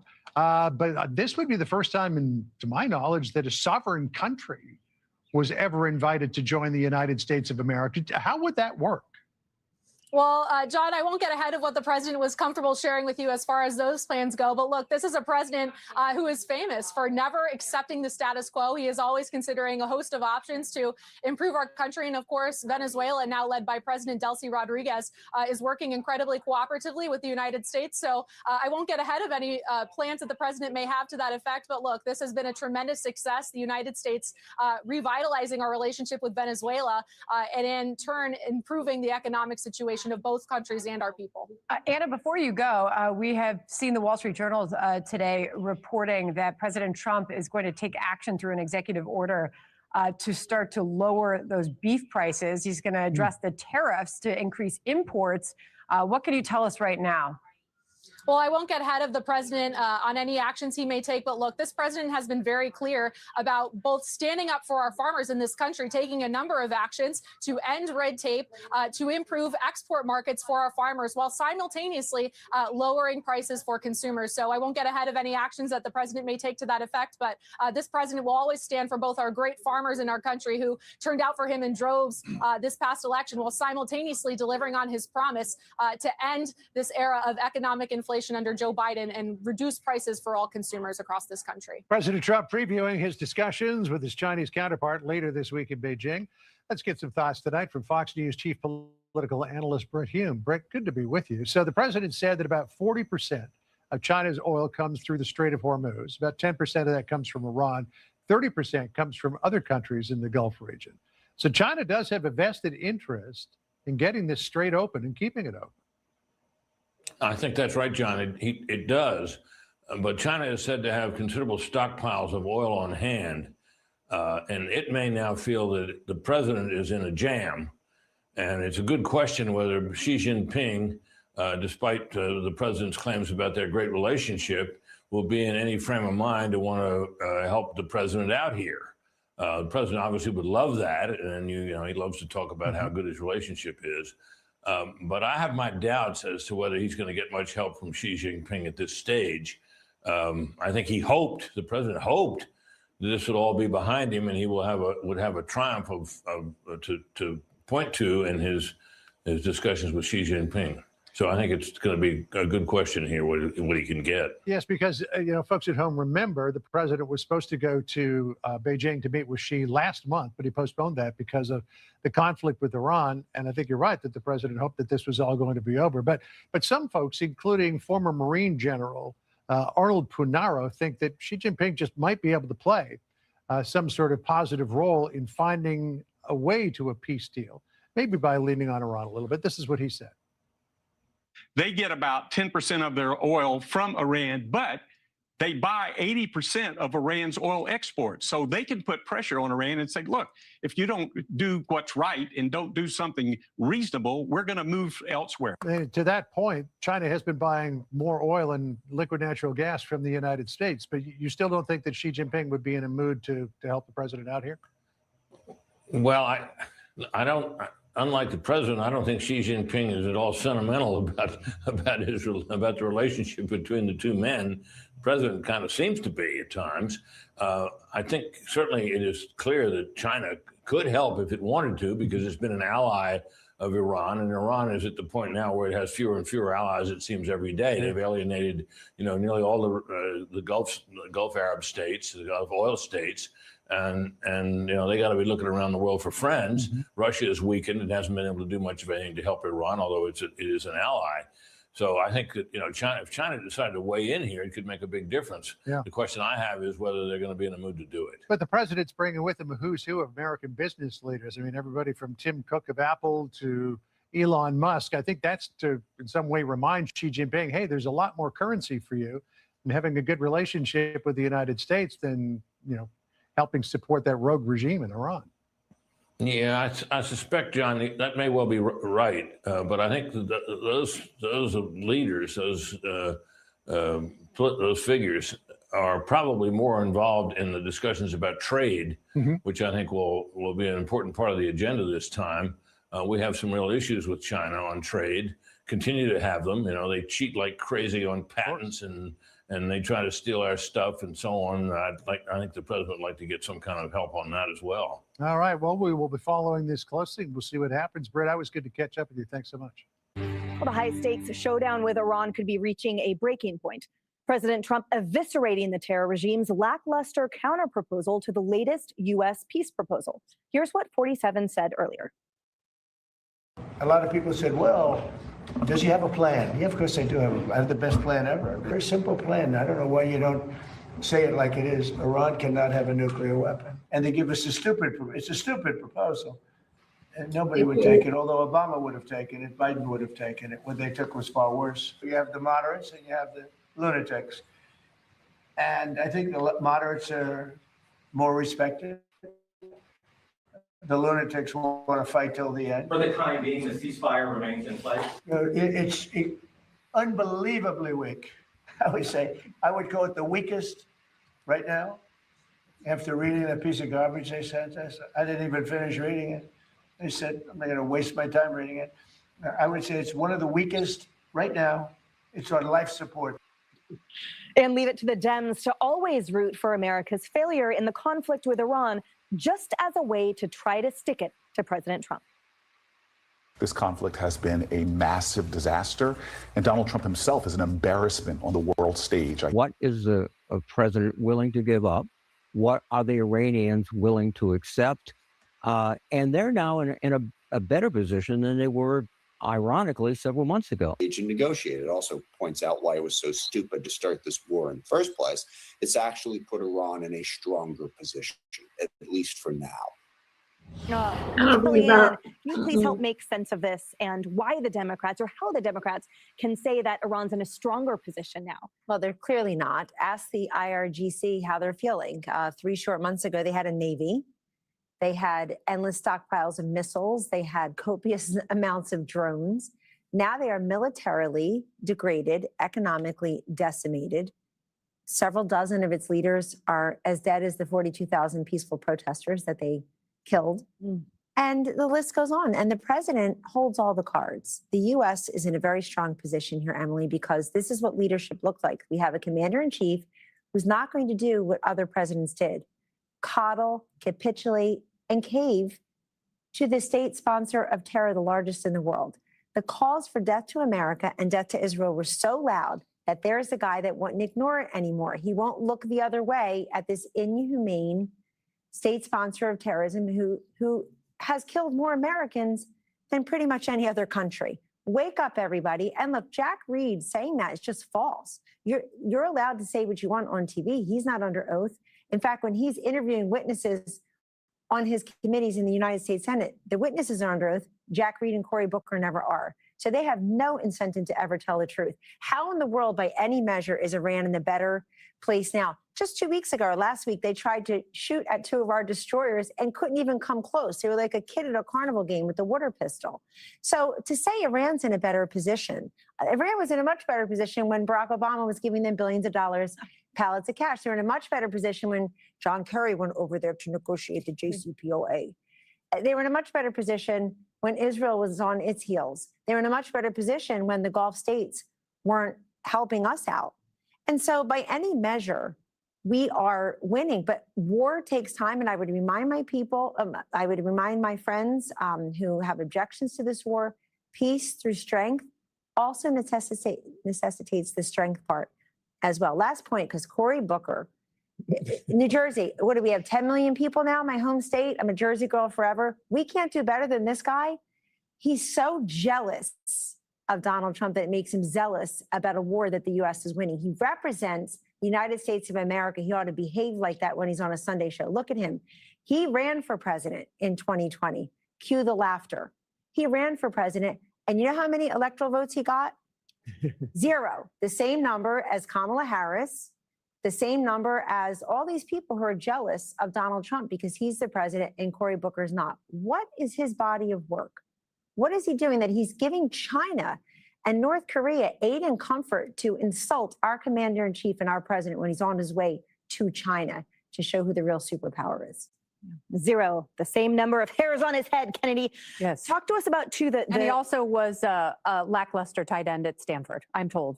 Oh, I know. That explains a lot, doesn't Exactly it? right. Yes, it does. Talk to us about the future for us and for Iran, like what we could expect, because it seems like the Democrats are expecting either instantaneous results and instant gratification with 0 forgiveness for movement, 2 steps forward, 1 step back. And also it seems like they're unprepared for a stronger alliance with the Gulf states, with the United States, which is what is happening. It's interesting. You're absolutely right about that. And I think that the United States and Israel are looking at this in 2 very different ways. Israel is more hawkish here. They want to extract the uranium from the ground with or without a deal. And they've been telegraphing that pretty clearly. And I think if you look at what the United States is doing, they have a more global strategy. And I don't mean that in terms of the planet. I mean in terms of pulling out and wanting to make sure that there is peace going forward. And, you know, this is sort of a multi-layered part of the president's foreign policy. And I'm one of those people, I don't like war. I don't like conflict. I think the quagmire that you could get yourself into very quickly oftentimes isn't worth it.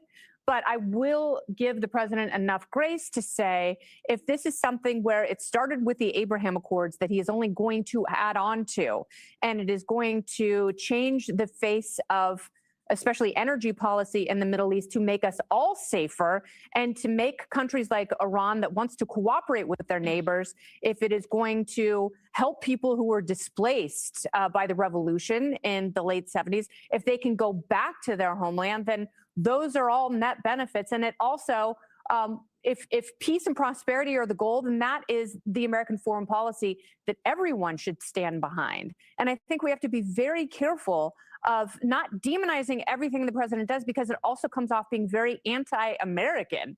And you have to be able to, if there are wins, you have to be able to grant those if you ever want to build upon them, if Democrats regain Congress and at some point the presidency. Especially with our military servicemen and women fighting overseas and in harm's way. Charlie, I have a question, and it's on that tack, because there's a fissure, frankly, between the Republican Party, where many say that Israel has different objectives and therefore we should not have yoked ourselves to our ally.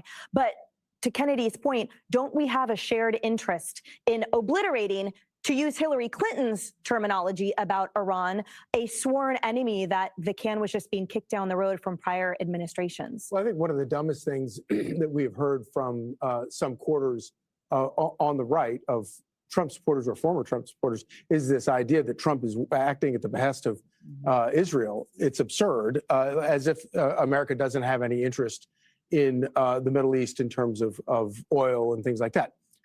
It's absurd. Donald Trump, if anybody knows anything about Donald Trump, you know he's not going to be working at the behest of anybody other than, I think, the United States of America. I think Kennedy also makes a really, really great point. And you're against war. I'm against war. You know who else is against war? Donald Trump is against war. He doesn't want to do this. He recognized that this was a real problem and it needed to be addressed, so much so that he was willing to do it in the middle of an election year, which there's not a single politician in our lifetime who has ever had the guts to do something like that. And he did it because he actually believed in it.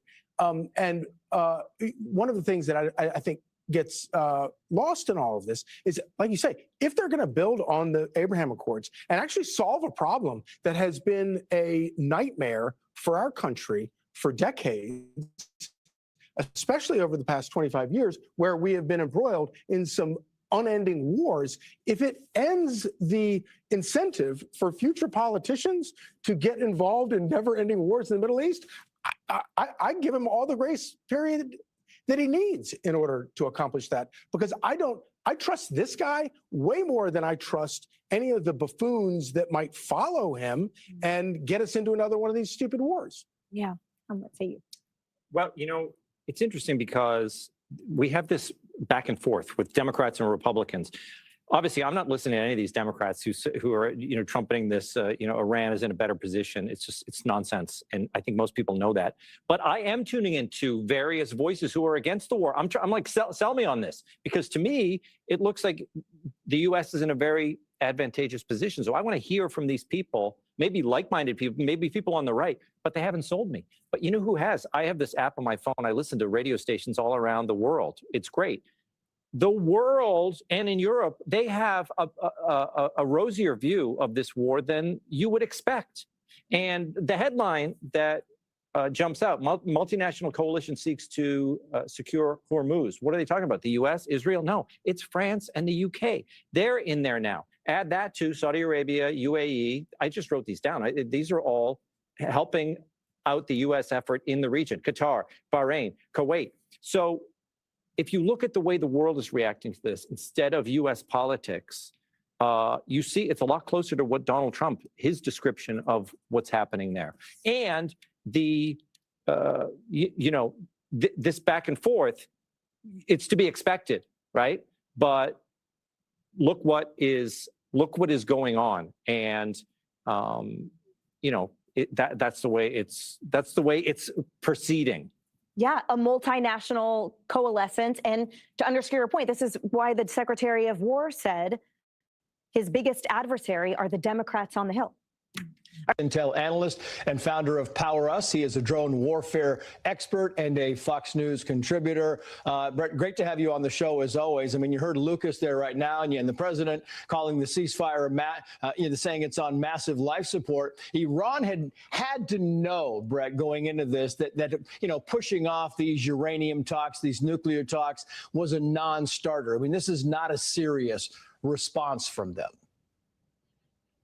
Exactly, Trace. And Iran's Ayatollahs have spent years perfecting the art of the fake truce while secretly building missiles and drones that could one day reach us. And every ceasefire violation that they accuse us of is just them probing for weakness. We stop them by rejecting these weak deals that prior administrations accepted to save face, and by backing it up with our military and decisive action if they force our hand, and telling the world the era of Iran holding the global economy hostage is over. No more blood money, no more proxy wars on our dime. This is about protecting American interests. It's about securing our allies. It's about sending a message that the world's leading state sponsor of terror does not get to dictate the future. Letting Iran dictate oil prices and nuclear timelines is national suicide, Trace. And Trump is getting it right by keeping the leverage hot and the options open, because if we don't stop Iran today, they'll make sure we regret it tomorrow, and no amount of diplomatic word salad is going to change that. And I think, frankly, the American people are tired of watching Iran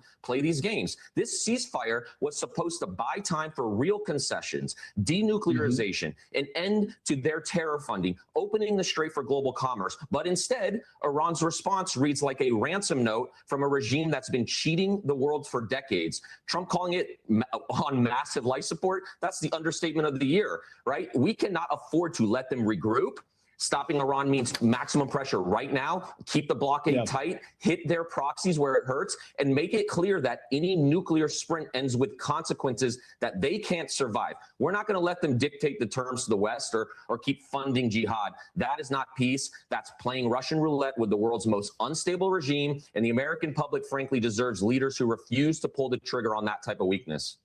But they're trying to dictate the terms. That's the whole point here, Brett. You talk about the logistics of all this uranium thing, and the president said this, and then I'll get your take on how that exactly works. Watch. Iran told me very strongly, because they intend to give us the nuclear dust. They told me, number one, you're getting it, but you're going to have to take it out because the site was so obliterated that there's only 1 or 2 countries in the world that could get it. It's so deep and got hit so hard that there's no way they have the equipment to move it. And they expect the United States and other countries to go in and dig this stuff out. Brett, what's the consensus here on that?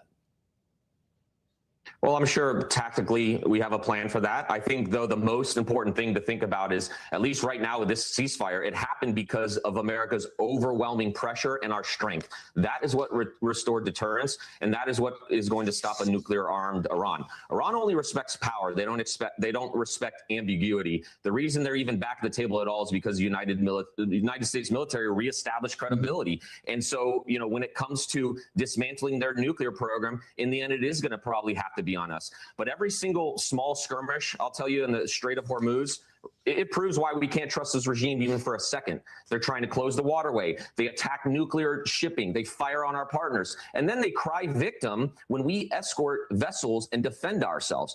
And America needs to stop apologizing for simply asking that international waters remain international. It's time for us to lead again. There's simply no replacement for American military leadership on the world stage. And right now, I think the American public wants results. No more failed diplomacy. And that's exactly what we're fighting for by de-arming them. Total victory over Iran's nuclear ambitions and their terror machine. Brett Velikovich, great to have you on the show as always, sir. Thank you. Meantime, what's the next move for the United States, and how does the White House explain that move to the people of America? Who better to ask than former press secretary? Joining me here in Dallas is the co-host of America's Newsroom and The Five, and the author of a new book, Purple State. It's Dana Perino. Great to have you. It's great to be here, where it's like the mothership. I don't know, satellite. Definitely not the mothership, a satellite. It's really good to have you. So let's talk about Iran for just a moment. Sure. Actually, I think both of the things that we just heard are probably good news, victories. If Iran invites us to come get rid of the nuclear materials, we should readily accept. And if Benjamin Netanyahu is ready to reduce their financial dependence upon the United States, we should also be ready to accept.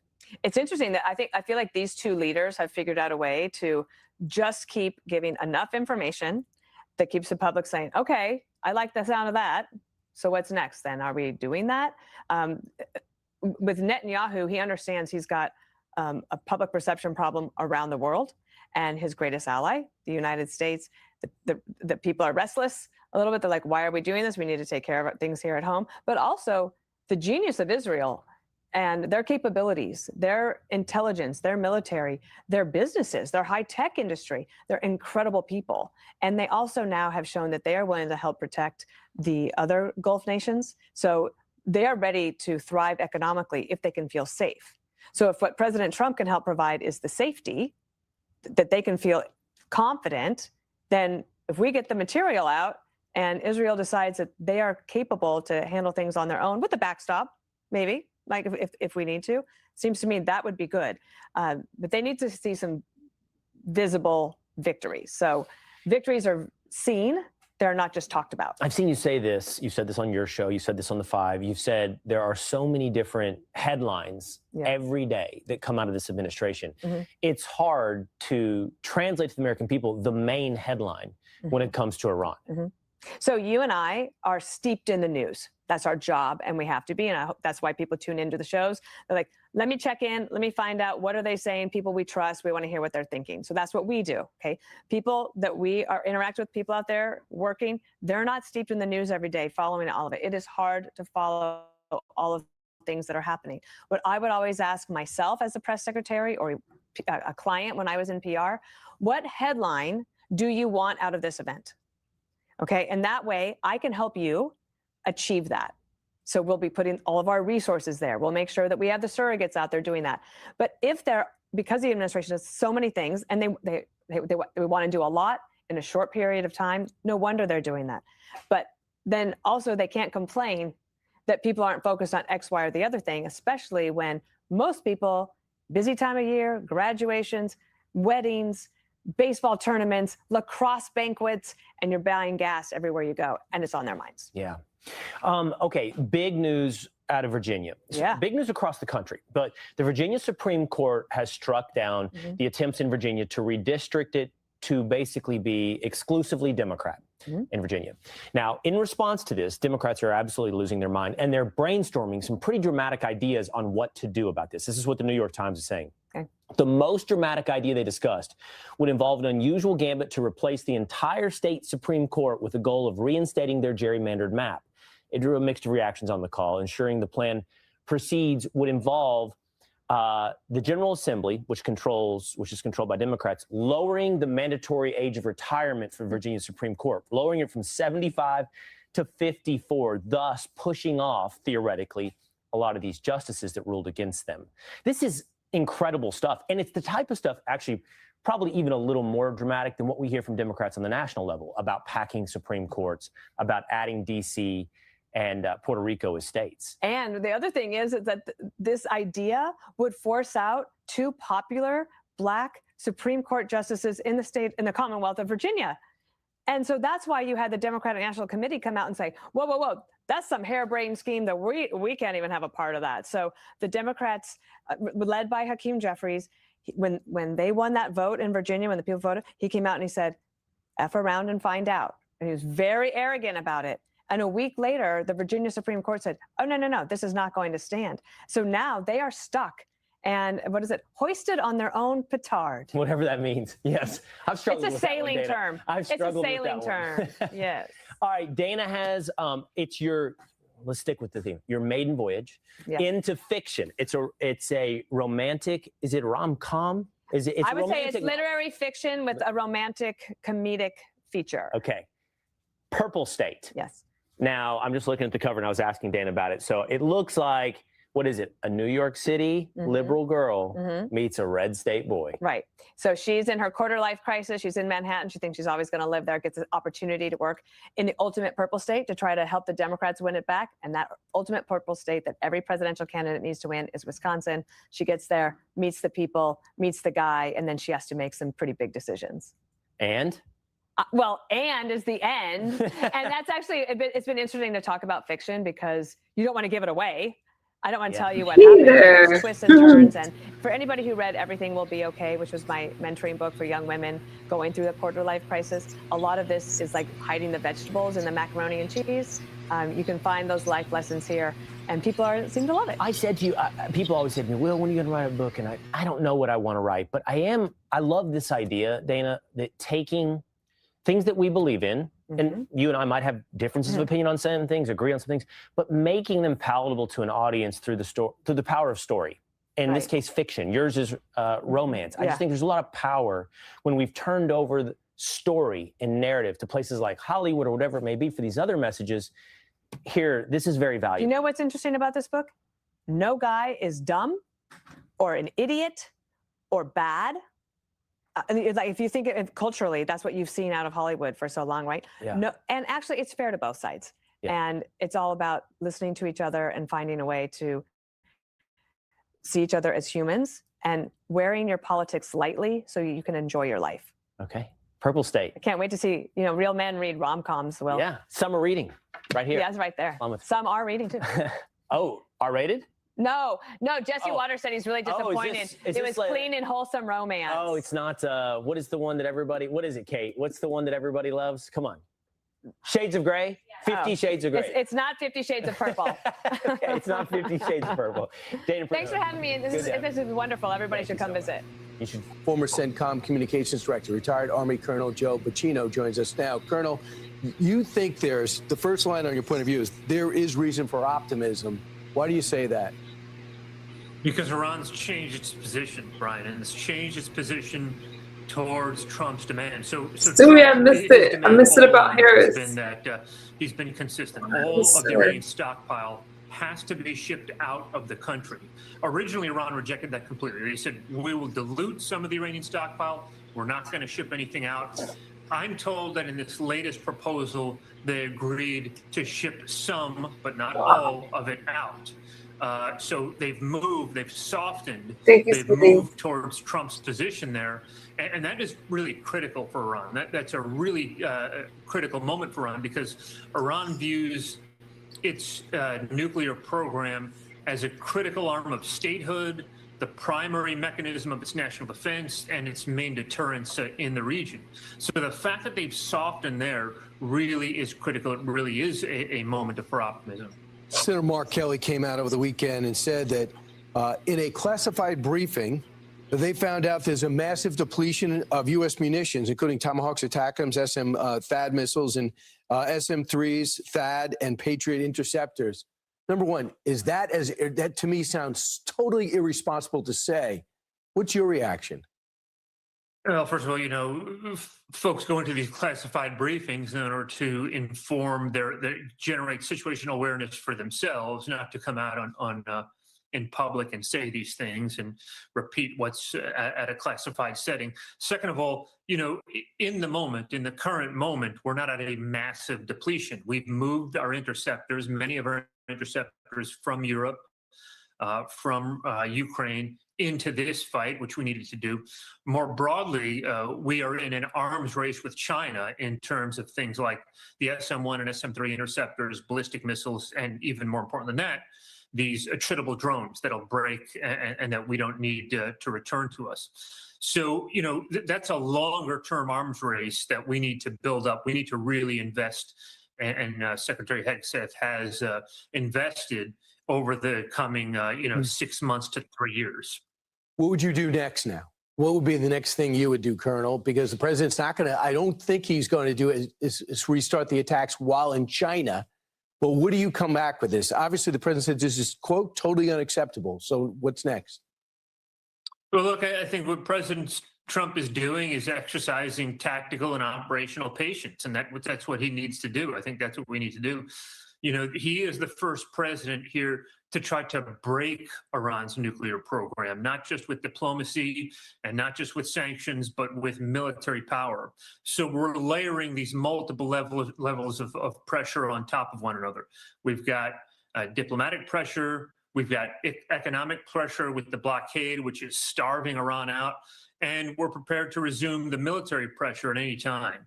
I anticipate at some point we will resume the bombing here in some kind of, Operation Epic Fury 2.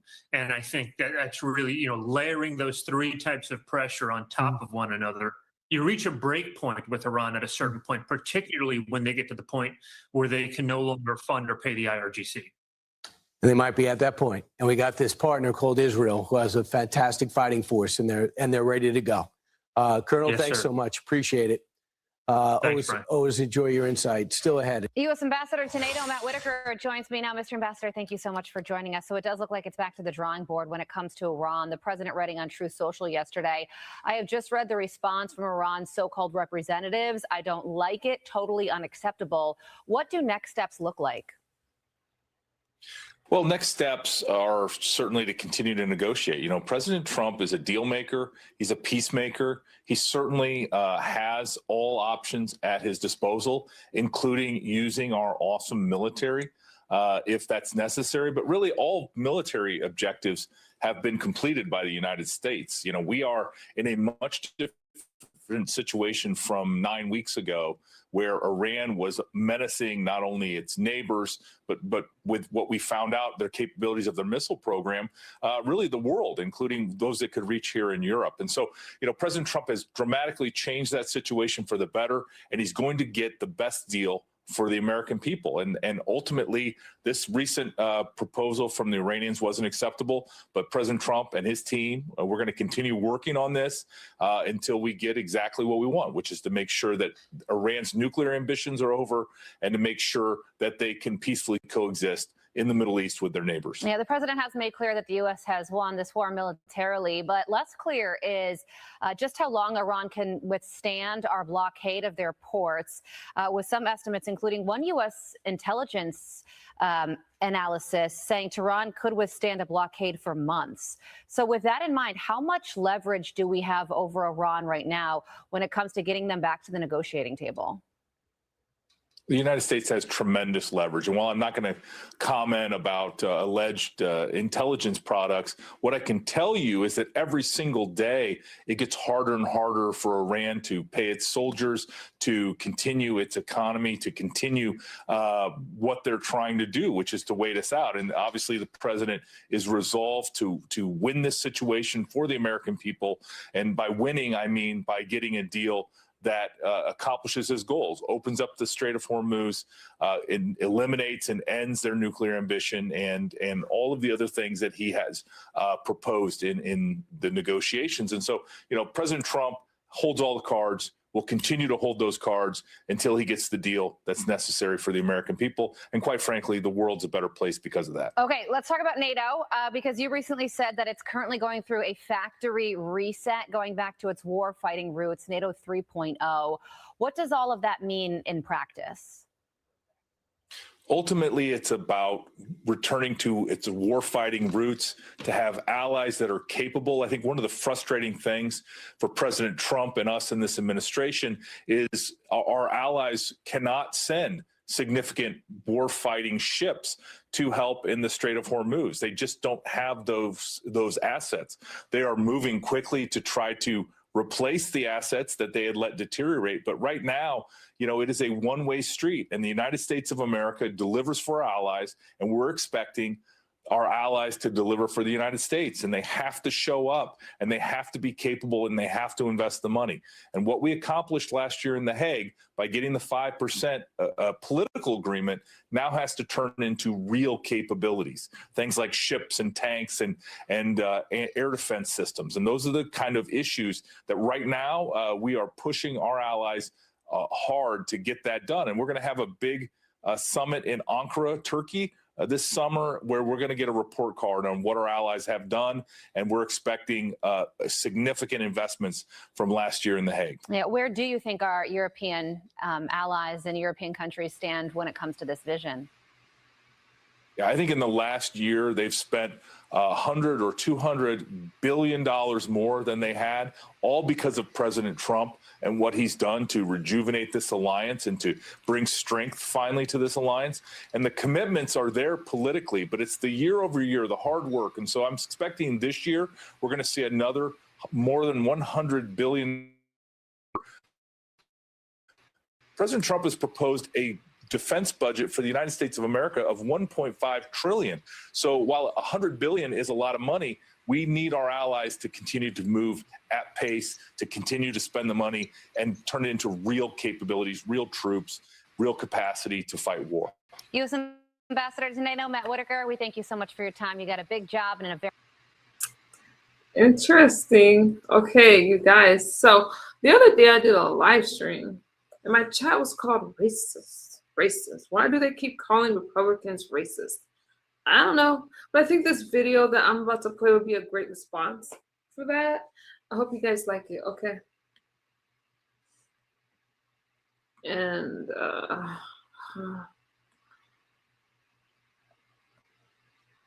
let me try to address some of your questions and answers. And I think this will take care of it.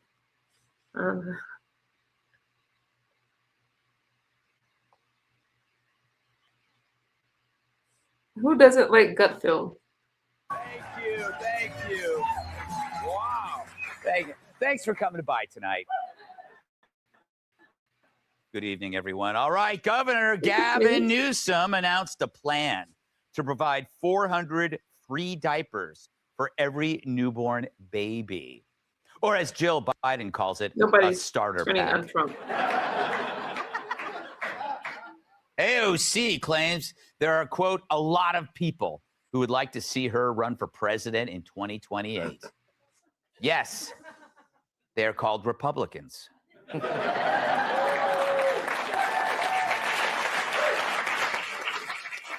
Thanks to the war, businesses in Iran are experiencing mass layoffs. The good news, all the guys who chant death to America were instantly hired by Columbia University.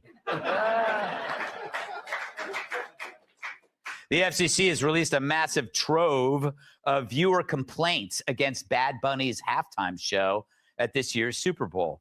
It even beats the record of complaints previously held by another show.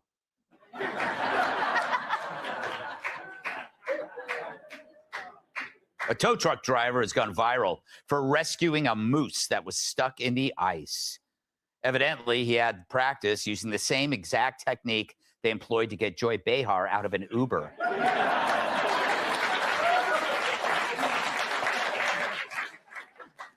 As hantavirus spreads through droppings from rats and mice, the CDC is keeping a close eye on returning cruise ship passengers, and an even closer eye on Richard Gere's ass.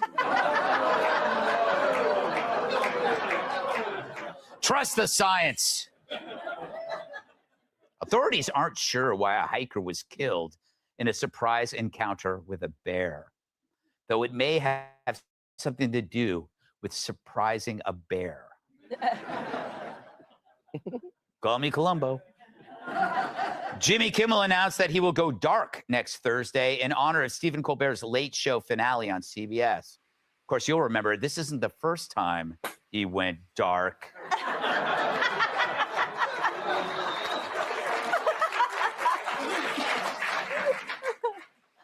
And finally, singer Dua Lipa is suing Samsung for $15 million for using her photo on TV boxes without her permission.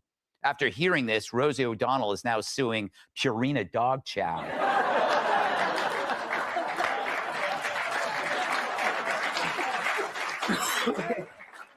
All right.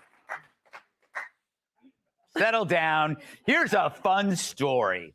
Last week, a 76-year-old retired teacher was walking to a subway station when a man shoved him down a flight of stairs from behind, killing him. Sorry, I lied. Not a fun story at all. Police later arrested this guy, Ramel Burke, and get this, it's his first arrest. He never committed a violent crime before. Sorry, I lied again. He's been arrested 4 times since February. Even more infuriating, last month, he assaulted a man and a woman on the subway and got arrested, but the victims didn't cooperate with prosecutors. It's a decision the 23-year-old woman says she now regrets, and that's big of her. She told the New York Post, quote, "I regret it 100%. And I actually feel really bad that a man lost his life. Maybe a part of me was just like, I don't want to put another black man in jail. But you know, at some point, if you're a criminal, you're a criminal, and he was scary. Yeah, almost as scary as your cowardice." But I think when people say they don't want to see another black man in jail, they usually mean an innocent one. You know, like O.J. Simpson. But this thug attacked strangers, yet all she saw was his race and made an excuse for him. He's black, so it's okay that he commits violent crime. Her reaction is as racist as crashing your car to celebrate Asian Awareness Month. I've done that. Congrats. Meanwhile, violent crime in the subway is up. It's the 4th murder in the subway this year, up from 1 this time last year. It's only May. But this is how a broken culture leads to horrific outcomes. A culture where everyone slowly learns to live around insanity. That woman decided that she could live with a criminal being on the street, and an old man paid for that with his life. In basketball, they would give that lady an assist. She accepted an intolerable outcome, which put the rest of us in the crosshairs of madmen. Madmen who figured out that if they got away with crime in the past, why stop now? Because now, simply enforcing the law is oppressive. And maybe you should ignore your own instincts, because otherwise somebody might call you racist. Hey, instead of crossing the street, I'm going to walk right through this street gang. Hey, maybe they'll waive the initiation when they hear my Wu-Tang ringtone. But refusing to acknowledge danger doesn't eliminate it. It just transfers the risks onto innocent people. It's fake compassion, not empathy. It's surrender. Because the burden of that compassion never falls on the elites who push it. AOC is in an Uber, and Joe Biden gets around in a hearse. Nope, it falls on the working woman riding the train home at midnight, the grandmother walking to church, the retired teacher going down the subway stairs.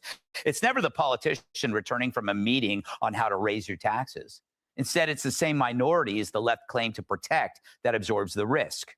But the typical female Democrat is more scared of being called a racist than her own death. So they sacrifice safety and they stop believing that cooperation matters, which makes the system even weaker and creates even more chaos. So it's not just the killer who's guilty, it's a mindset belonging to so many so-called empathetic morons who make the killer's mission easier. It's a culture that romanticizes dysfunction and demonizes law and order, creating a public that would put their lives at risk to avoid getting a mean comment on Facebook. But when enough people decide that, eventually someone innocent pays the price. And next time, it just might be them. Let's welcome tonight's guest. He's so white, he says thank you to Automatic Doors. Fox News contributor Tom Shalhoub. He wears 3 watches, and only 2 of them you can see. Shark Tank star Kevin O'Leary. His audience suffers from resting refund face. Comedian Jeff Dye. And she talks so fast, her tongue has a pit crew. Co-host of Outnumbered, Emily Capano.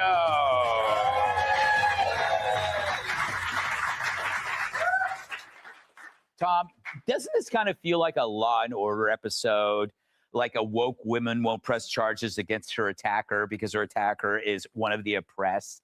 It actually feels like this is copying a Law and Order episode as opposed to Law and Order copying real life. Yes, ripped from the headlines. Dun, dun. Yes.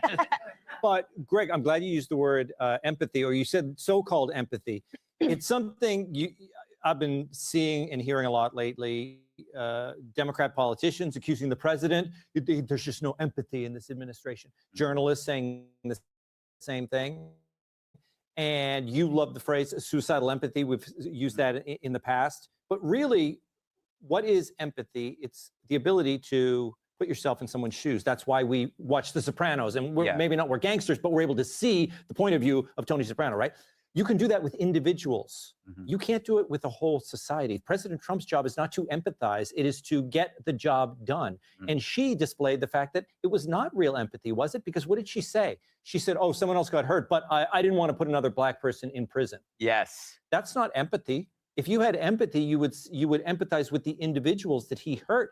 But instead, she cited a statistic. Yes. You know, that's not empathy. That's a great distinction. She doesn't empathize with the individual. She empathizes with the group, which can not actually be. It's impossible to empathize with the group unless, it's in a hot tub. Kevin, that's why I come to you, Mr. Sparkly. You look like Liberace threw up on you. Listen. I can't believe how fabulous I look. Yeah, you do. You look amazing. And on top of that, I'm throwing out Fabulous. Thank you.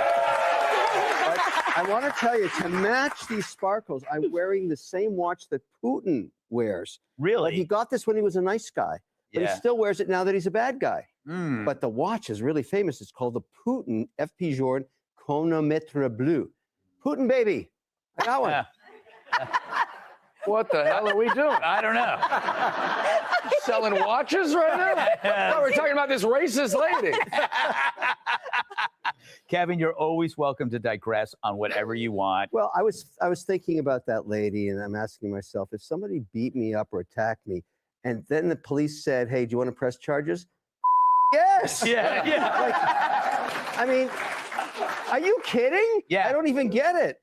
Yeah. It makes no sense. And also, the whole point of pressing charges is so you don't exact your own revenge.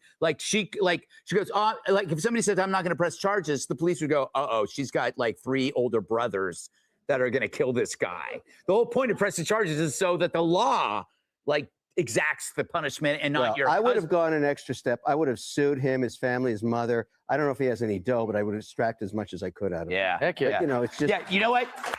Thank you. You would have Shark Tanked him. You would have taken 10%. You would have taken, I'm going to take 10% in perpetuity. Yeah. That's what He'd have gotten a royalty. Yeah, you would have got a royalty on his next crime. I love it. I love it. Fantastic. Jeff, it's weird how, where do you think this mindset comes from? And it's almost now that we're kind of being taught that justice is not a priority. This kind of amorphous fairness and empathy is. They have psyoped young people for the last like 20 years on race. It's race first, race first, race first, and then lost sight of what racism is. Anytime you make a decision, positive or negative, based on someone's skin color, that is racist. So the second that she's like, well, I don't want to put a black person in jail, that's racist, you're like, you're being the racist by even just interfering that. So, you know. She's terrified of this like stigma of doing the right thing. It's like if people find out that I press charges against a black man, I'm gonna get like canceled from my book club. Right. To her, she thinks that's the right thing, which that's the whole problem with this whole psyop.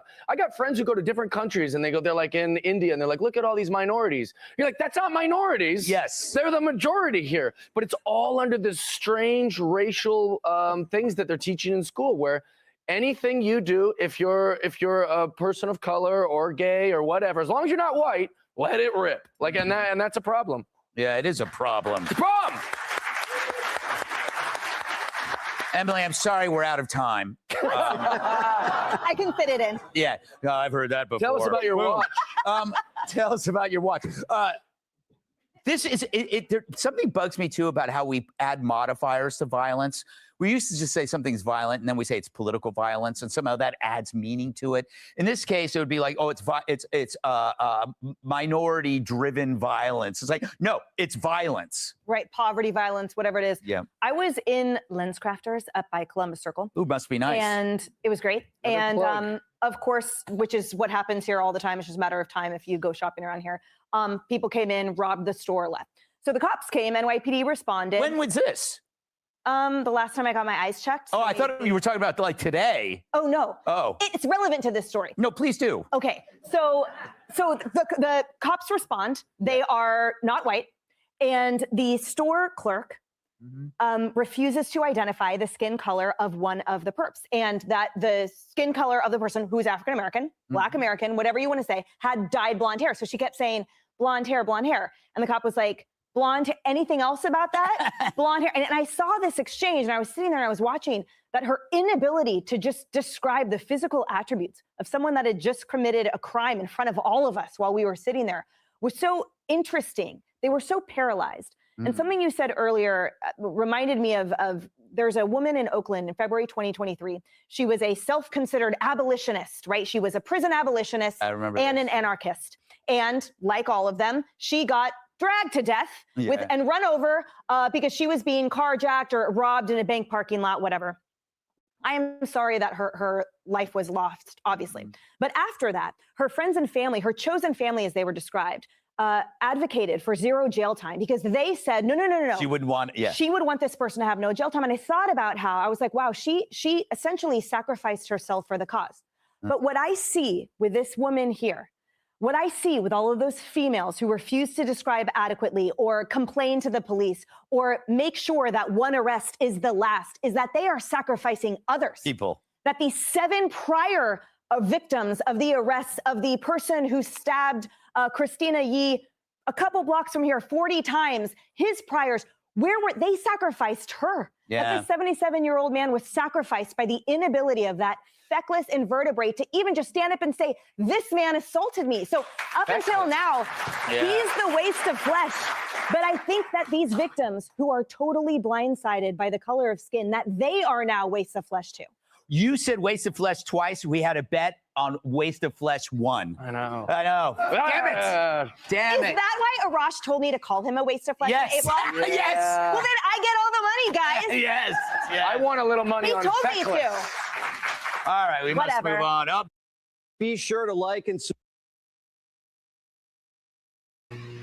Okay, that pissed some of you guys off. I'm so sorry. I see my comments. Sorry. Okay. Let me bring it back. Let me bring it back to the guy that brings us all together, okay? Man, some of you got really mad at me for that one. I'm so sorry. All right, let me make you happy. I'll have something for you. I think it's here. Who doesn't like football? All right. Are you guys doing okay? Do you feel that this country is divided by race? Where are you guys with that? Do you think it'll get better? I try to break the ice a little bit, you know?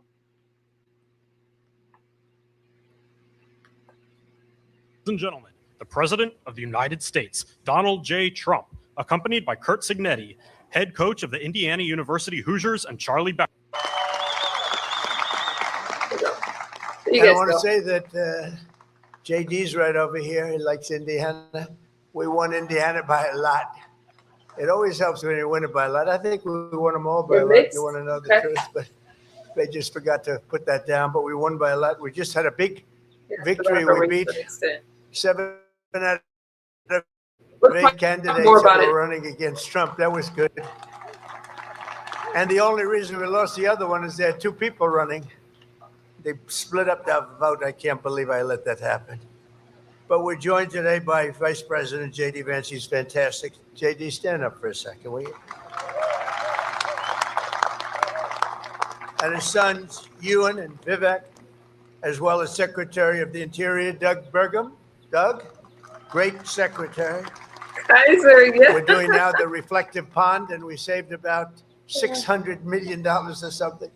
It's going to be beautiful. It'll open about 2 weeks, and it's going to be incredible.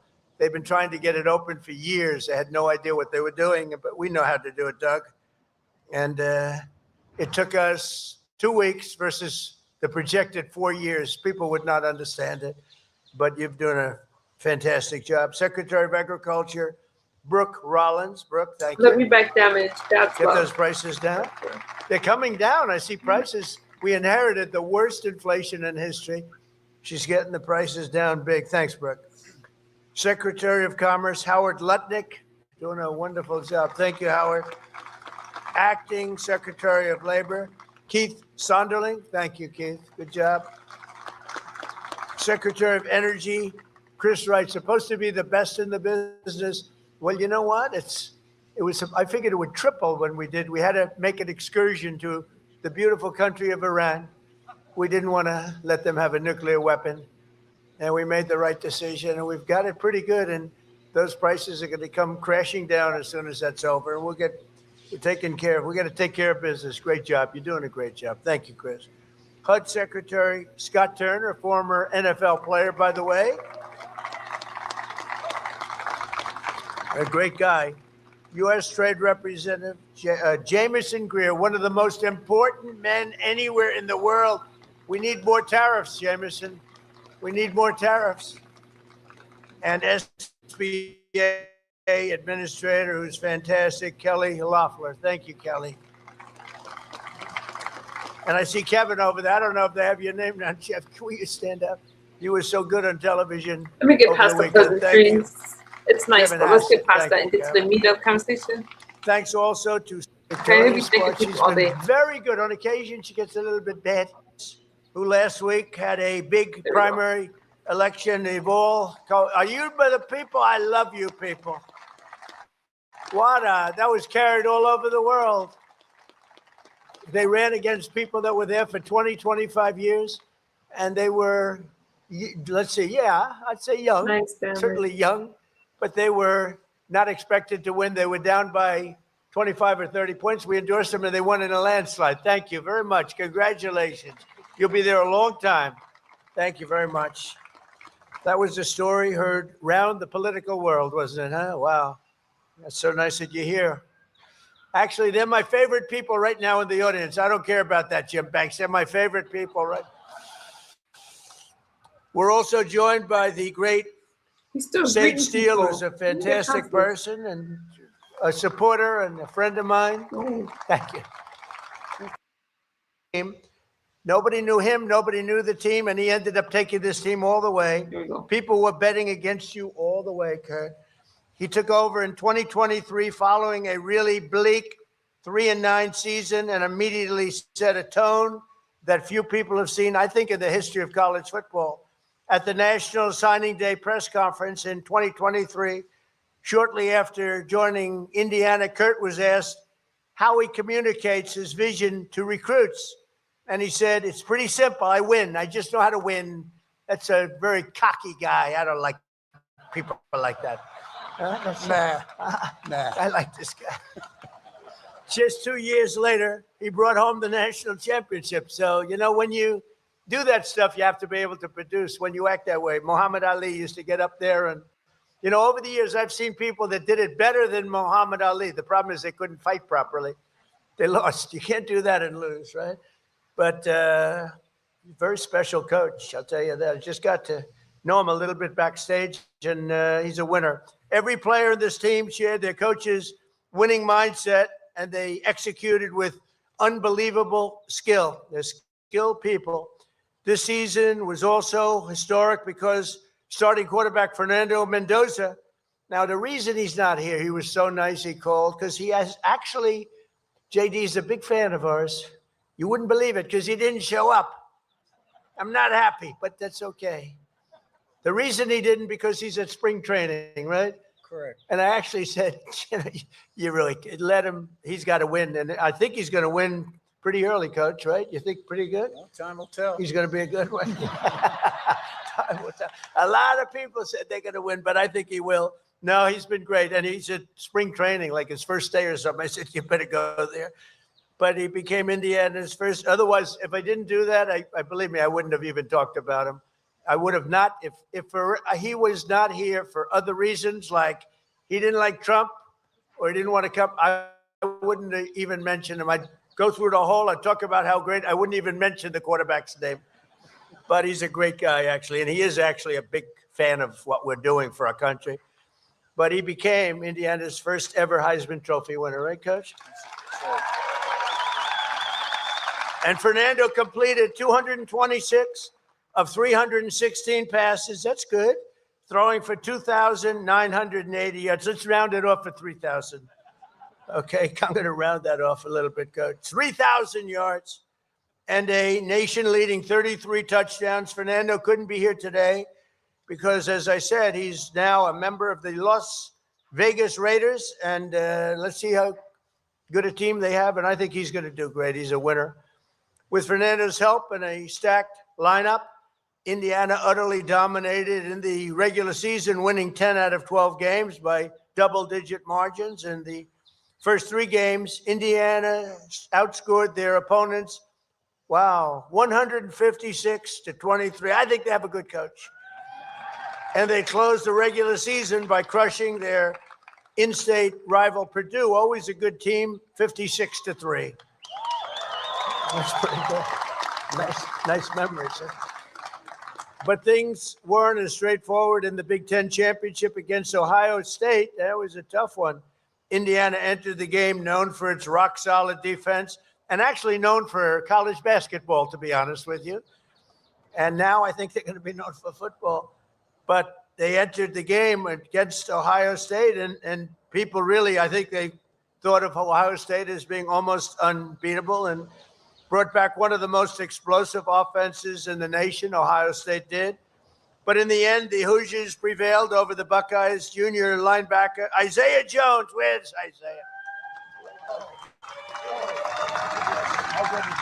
He can play. I said, how good is he, Coach? He said, he can play. Let me see. He's a good-looking guy. I don't like good-looking people.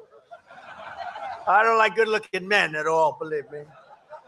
But he recorded 2 of Indiana's first 5 sacks. Think of that. So he had 5 sacks. Well, helping the team secure a hard-fought 13-10 victory, really against a great football power. All right? That's a big honor. Next up was the Rose Bowl, where Indiana delivered a commanding 38-3 victory over Alabama.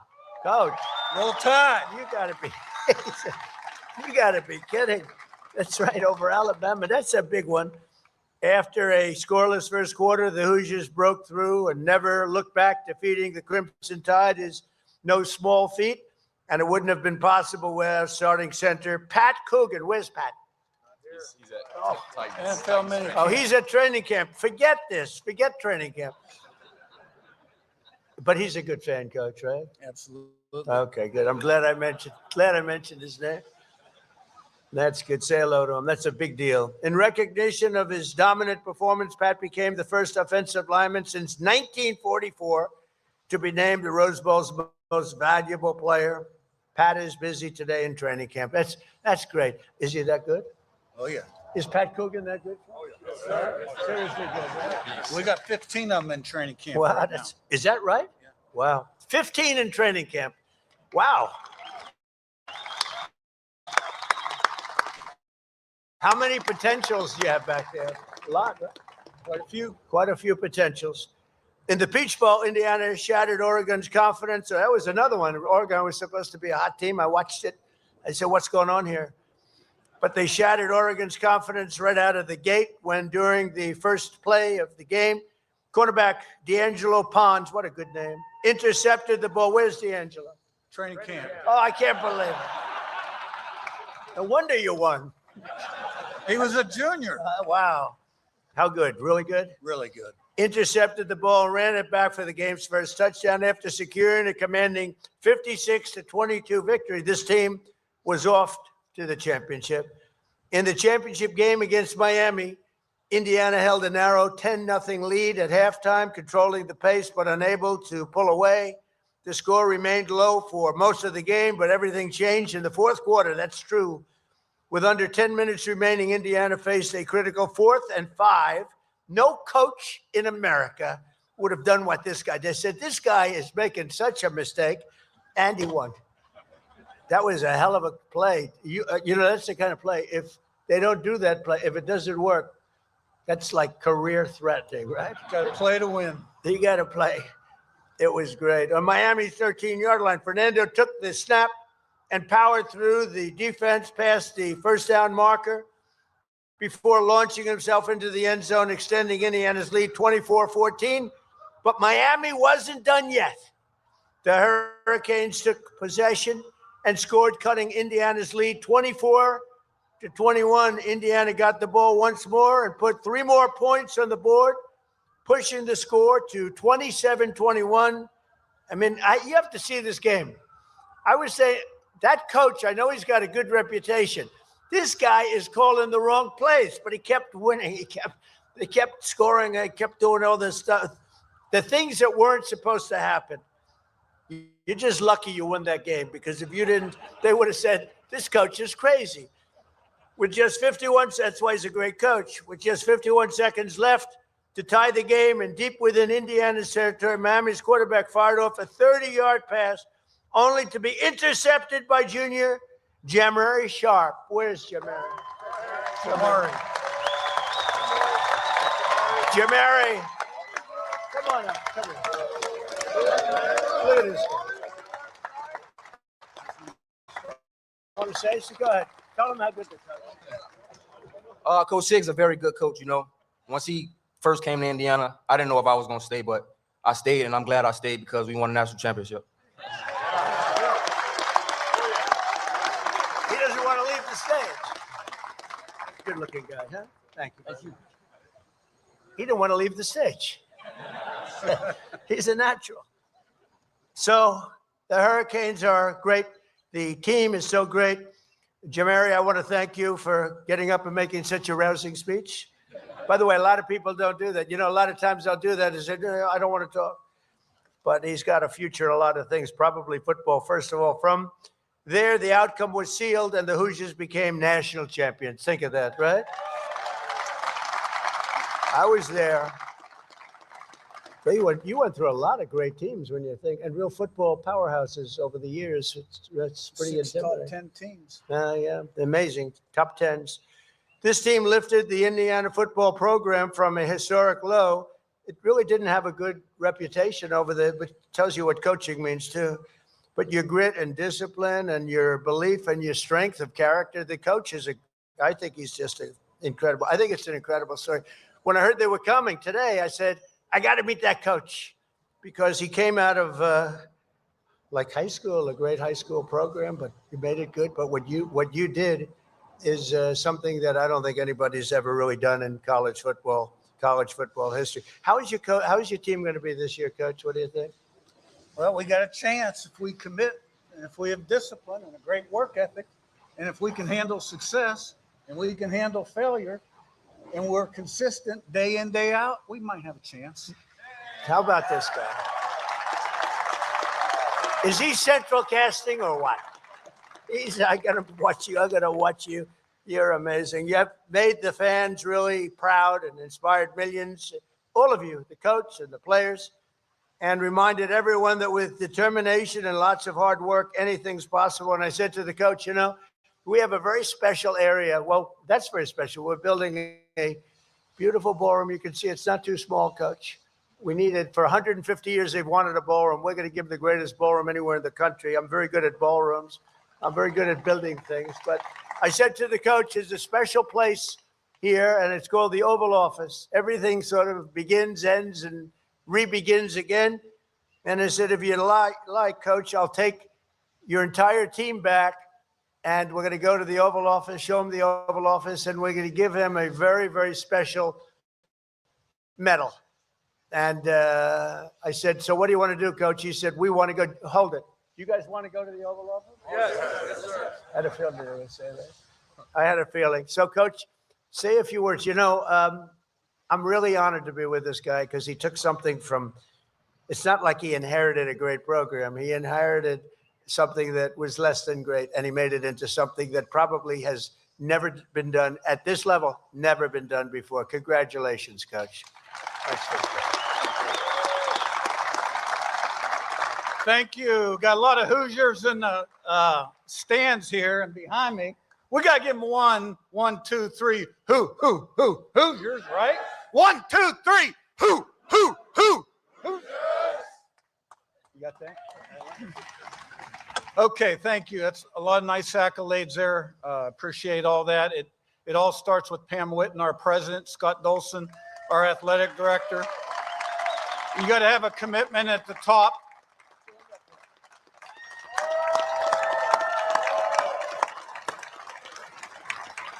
Without a commitment at the top, nothing's possible. Okay. 2025 Indiana Hoosiers. All right. You know, 24 was a fluke, right? College football playoffs start out 10-0.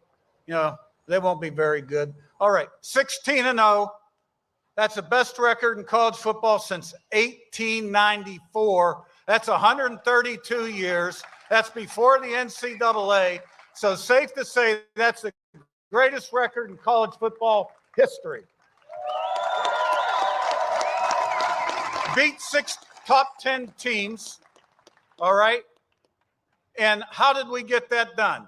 All right, we had great people on the staff that thought alike, in the locker room that thought alike. Great leadership, good talent, great character, coachable, 11 guys doing their job, play in, play out. All right, the sum becomes greater than, the whole becomes greater than the sum of its parts, and the most consistent, day in, day out, meeting in, meeting out, practice in, practice out, group I've ever seen in my life. And when, to me, it's a simple message, all right? Prepare the right way every single day to a high standard, and anything is possible in life. The only limitations are those between your ears, and you can't have any of those either. So go IU. Now, it's my pleasure to introduce junior wide receiver Charlie Becker from Nashville, Tennessee, or as Gus Johnson would say, Charlie B from Nashville, Tennessee.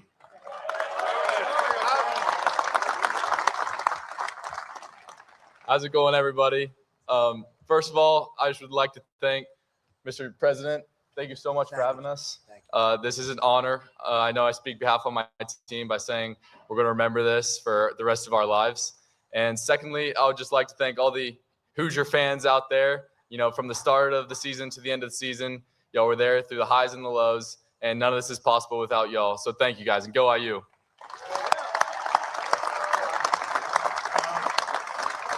All right, in our appreciation for this great visit today, for President Trump, we have some Hoosier gear, which a couple of years ago they were giving away. Now you got to pay a lot of money for this stuff.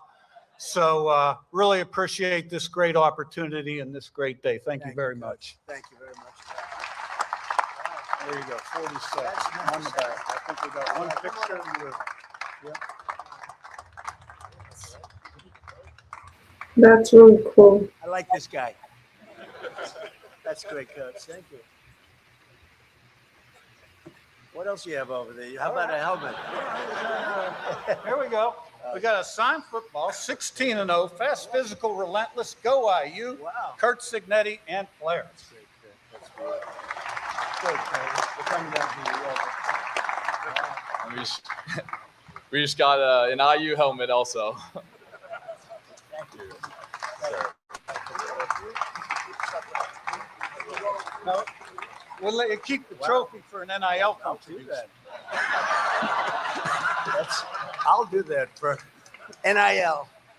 Boy, oh boy, did the court screw us up, huh? That's all right. It's whatever happened. It seems to be working for you, and you're gonna make it very successful. You're gonna create something very, very successful. I have no doubt. So we're gonna take the players now to the Oval Office, and they're gonna get a little glimpse at some. I think it's the most important piece of real estate anywhere in the world in terms of victory and in terms of winning and in terms of things that are happening. Things are happening right now. Our country, you know, a little bit like your team, our country a year and a half ago was laughed at. We were mocked.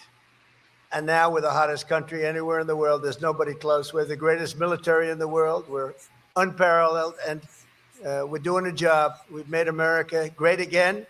And this team has got a tremendous future. Don't lose the coach. She said, we can't lose the coach. It's a piece of work, right? We're not going to lose him.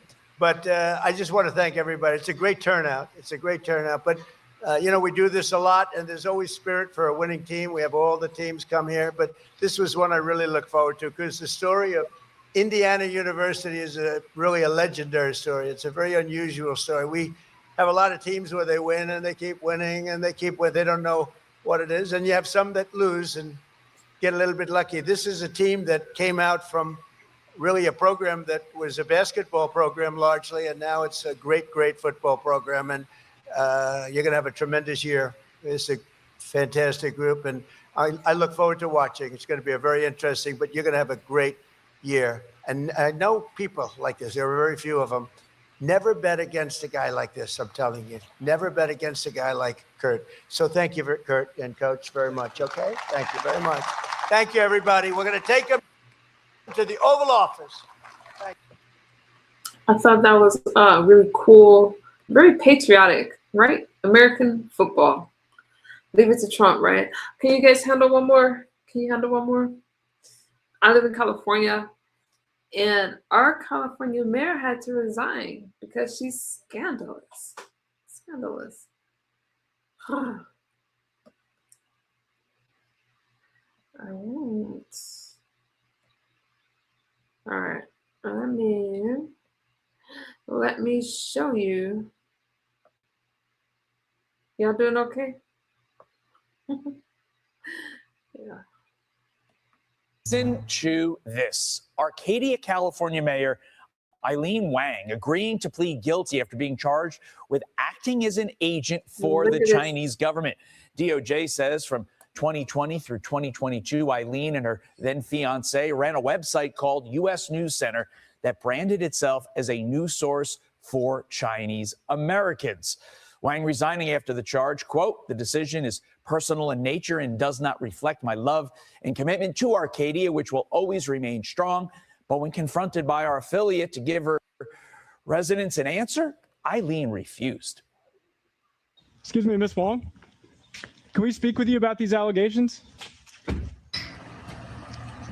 Cricket. Is there anything you want to say to constituents? Political strategist, lawyer, and someone who lived in China for years, Katie Zachariah joins me now. Katie, U.S. Attorney Bill Assaley said it should, quote, terrify Americans that she was able to rise to the highest levels of local office. So, Katie, how the heck did that happen?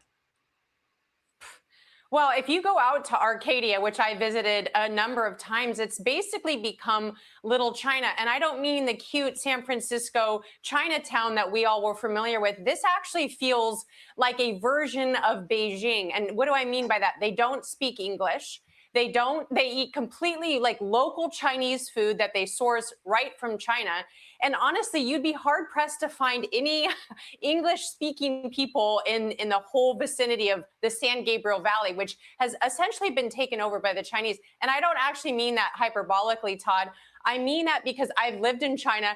I go to Arcadia to get local Chinese food and maybe refresh my Mandarin, but it doesn't feel like the United States. So it's no surprise to me that we had someone who was acting on behalf of Beijing as a foreign agent running Arcadia because the place feels like China. You lived in China, you know how the CCP operates. Katie, is this just the tip of the iceberg when it comes to Americans being tricked into allowing, quite frankly, for lack of a better phrase, Chinese spies to infiltrate our government at the local, state, and federal level? Yes, Todd, and with the sanctuary jurisdictions similar to California, there needs to be a wholesale review of not just legal permanent residents, but people who are here from adversarial countries. We just had, for instance, an Iranian arms dealer living just down the road from me, whose green card needs to be reevaluated by USCIS under the Department of Homeland Security. There has to be a complete takedown of these green card holders, and they need to be sent back home. This woman, Eileen Wong, she's only getting 10 years. That's actually kind of offensive as a United States citizen. This person was acting as a foreign agent on behalf of the CCP, Todd. There should be no grace. They literally should be sent back to the People's Republic of China. So concerning. And you have to think, if this is happening in one town in California, it could be happening in others, because I hate to bring up Mr. Swalwell because he's no longer in the California governor's race, but the leader on the Democratic side was tied to a Chinese spy. And I think that tells you everything you need to know. From one coast to the other, happening today, the House back in session for the first time since the Virginia Supreme Court struck down that state's redistricting attempt. House Minority Leader Hakeem Jeffries writing the following in a letter yesterday, quote, Republican extremists spent the last few days applauding their ongoing effort to rig the midterm elections based on two egregious judicial decisions dripping with far-right partisanship. We remain undeterred. Our effort to forcefully push back against the Republican redistricting scheme will not slow down. Katie, he says we're just getting started. But what exactly are they getting started on, Katie? Because when a Supreme Court rules, that's typically it. Well, and look, Hakeem Jeffries, he's so out of bounds here. This was a Democrat's desire to redistrict, right? The radical weaponization of the redistricting scam. And the Supreme Court struck it down on procedural errors in Virginia. And basically the Democrats thought that they could do what they did in California and just squeeze through this redistricting map, except they got it through after early voting had already started. So if he cares about rule of law and procedure and actually the Virginia Constitution, then he will be well informed that they were out of bounds to even propose this in the first place in Virginia, Todd. Yeah, I don't think that's going to happen. I think he's going to continue to pound the table as much as possible, but he knows in his heart of hearts and in his mind of minds, this is it. This is over. There's no higher entity you can appeal to. Katie Zachariah, thank you. Be sure to like and subscribe for all the Fox News latest on YouTube, and catch full shows streaming now on Fox One. All right, you guys. Thank y'all so much for hanging out with me. Are we still friends? You guys mad at me? I'm praying for our country. I'm praying for all of you. Jerome, good to see you. Abe, thank you for being a member of Beltram said. I appreciate you. I appreciate what? You guys probably don't even know what I'm saying right now, so I better go lay it down. But thank you guys for hanging out with me. If you want me to read your comments, leave it under my community post. I go through all of my comments. And if you have something you want me to talk about, just leave it there. Just leave it there. Eric, I'm about to lay it down. Thank you, Vigilant. I appreciate you. I appreciate you guys. Claude, you hung in there. Thank you, Agent. Thank you, Stewie Girl. Stewie Girl, you be swinging in the chat. Don't come for Stewie Girl. She swings back. Thank you, Cappy Coup Disclaimers. You guys, regardless of your political affiliations, I appreciate you guys. I don't censor my chat. I'll let you guys rock out and share your ideas with me. And we will be back later tonight or early morning, and I will bring you the news again. All right. See you guys later. Bye-bye. Good night, Richard / morning.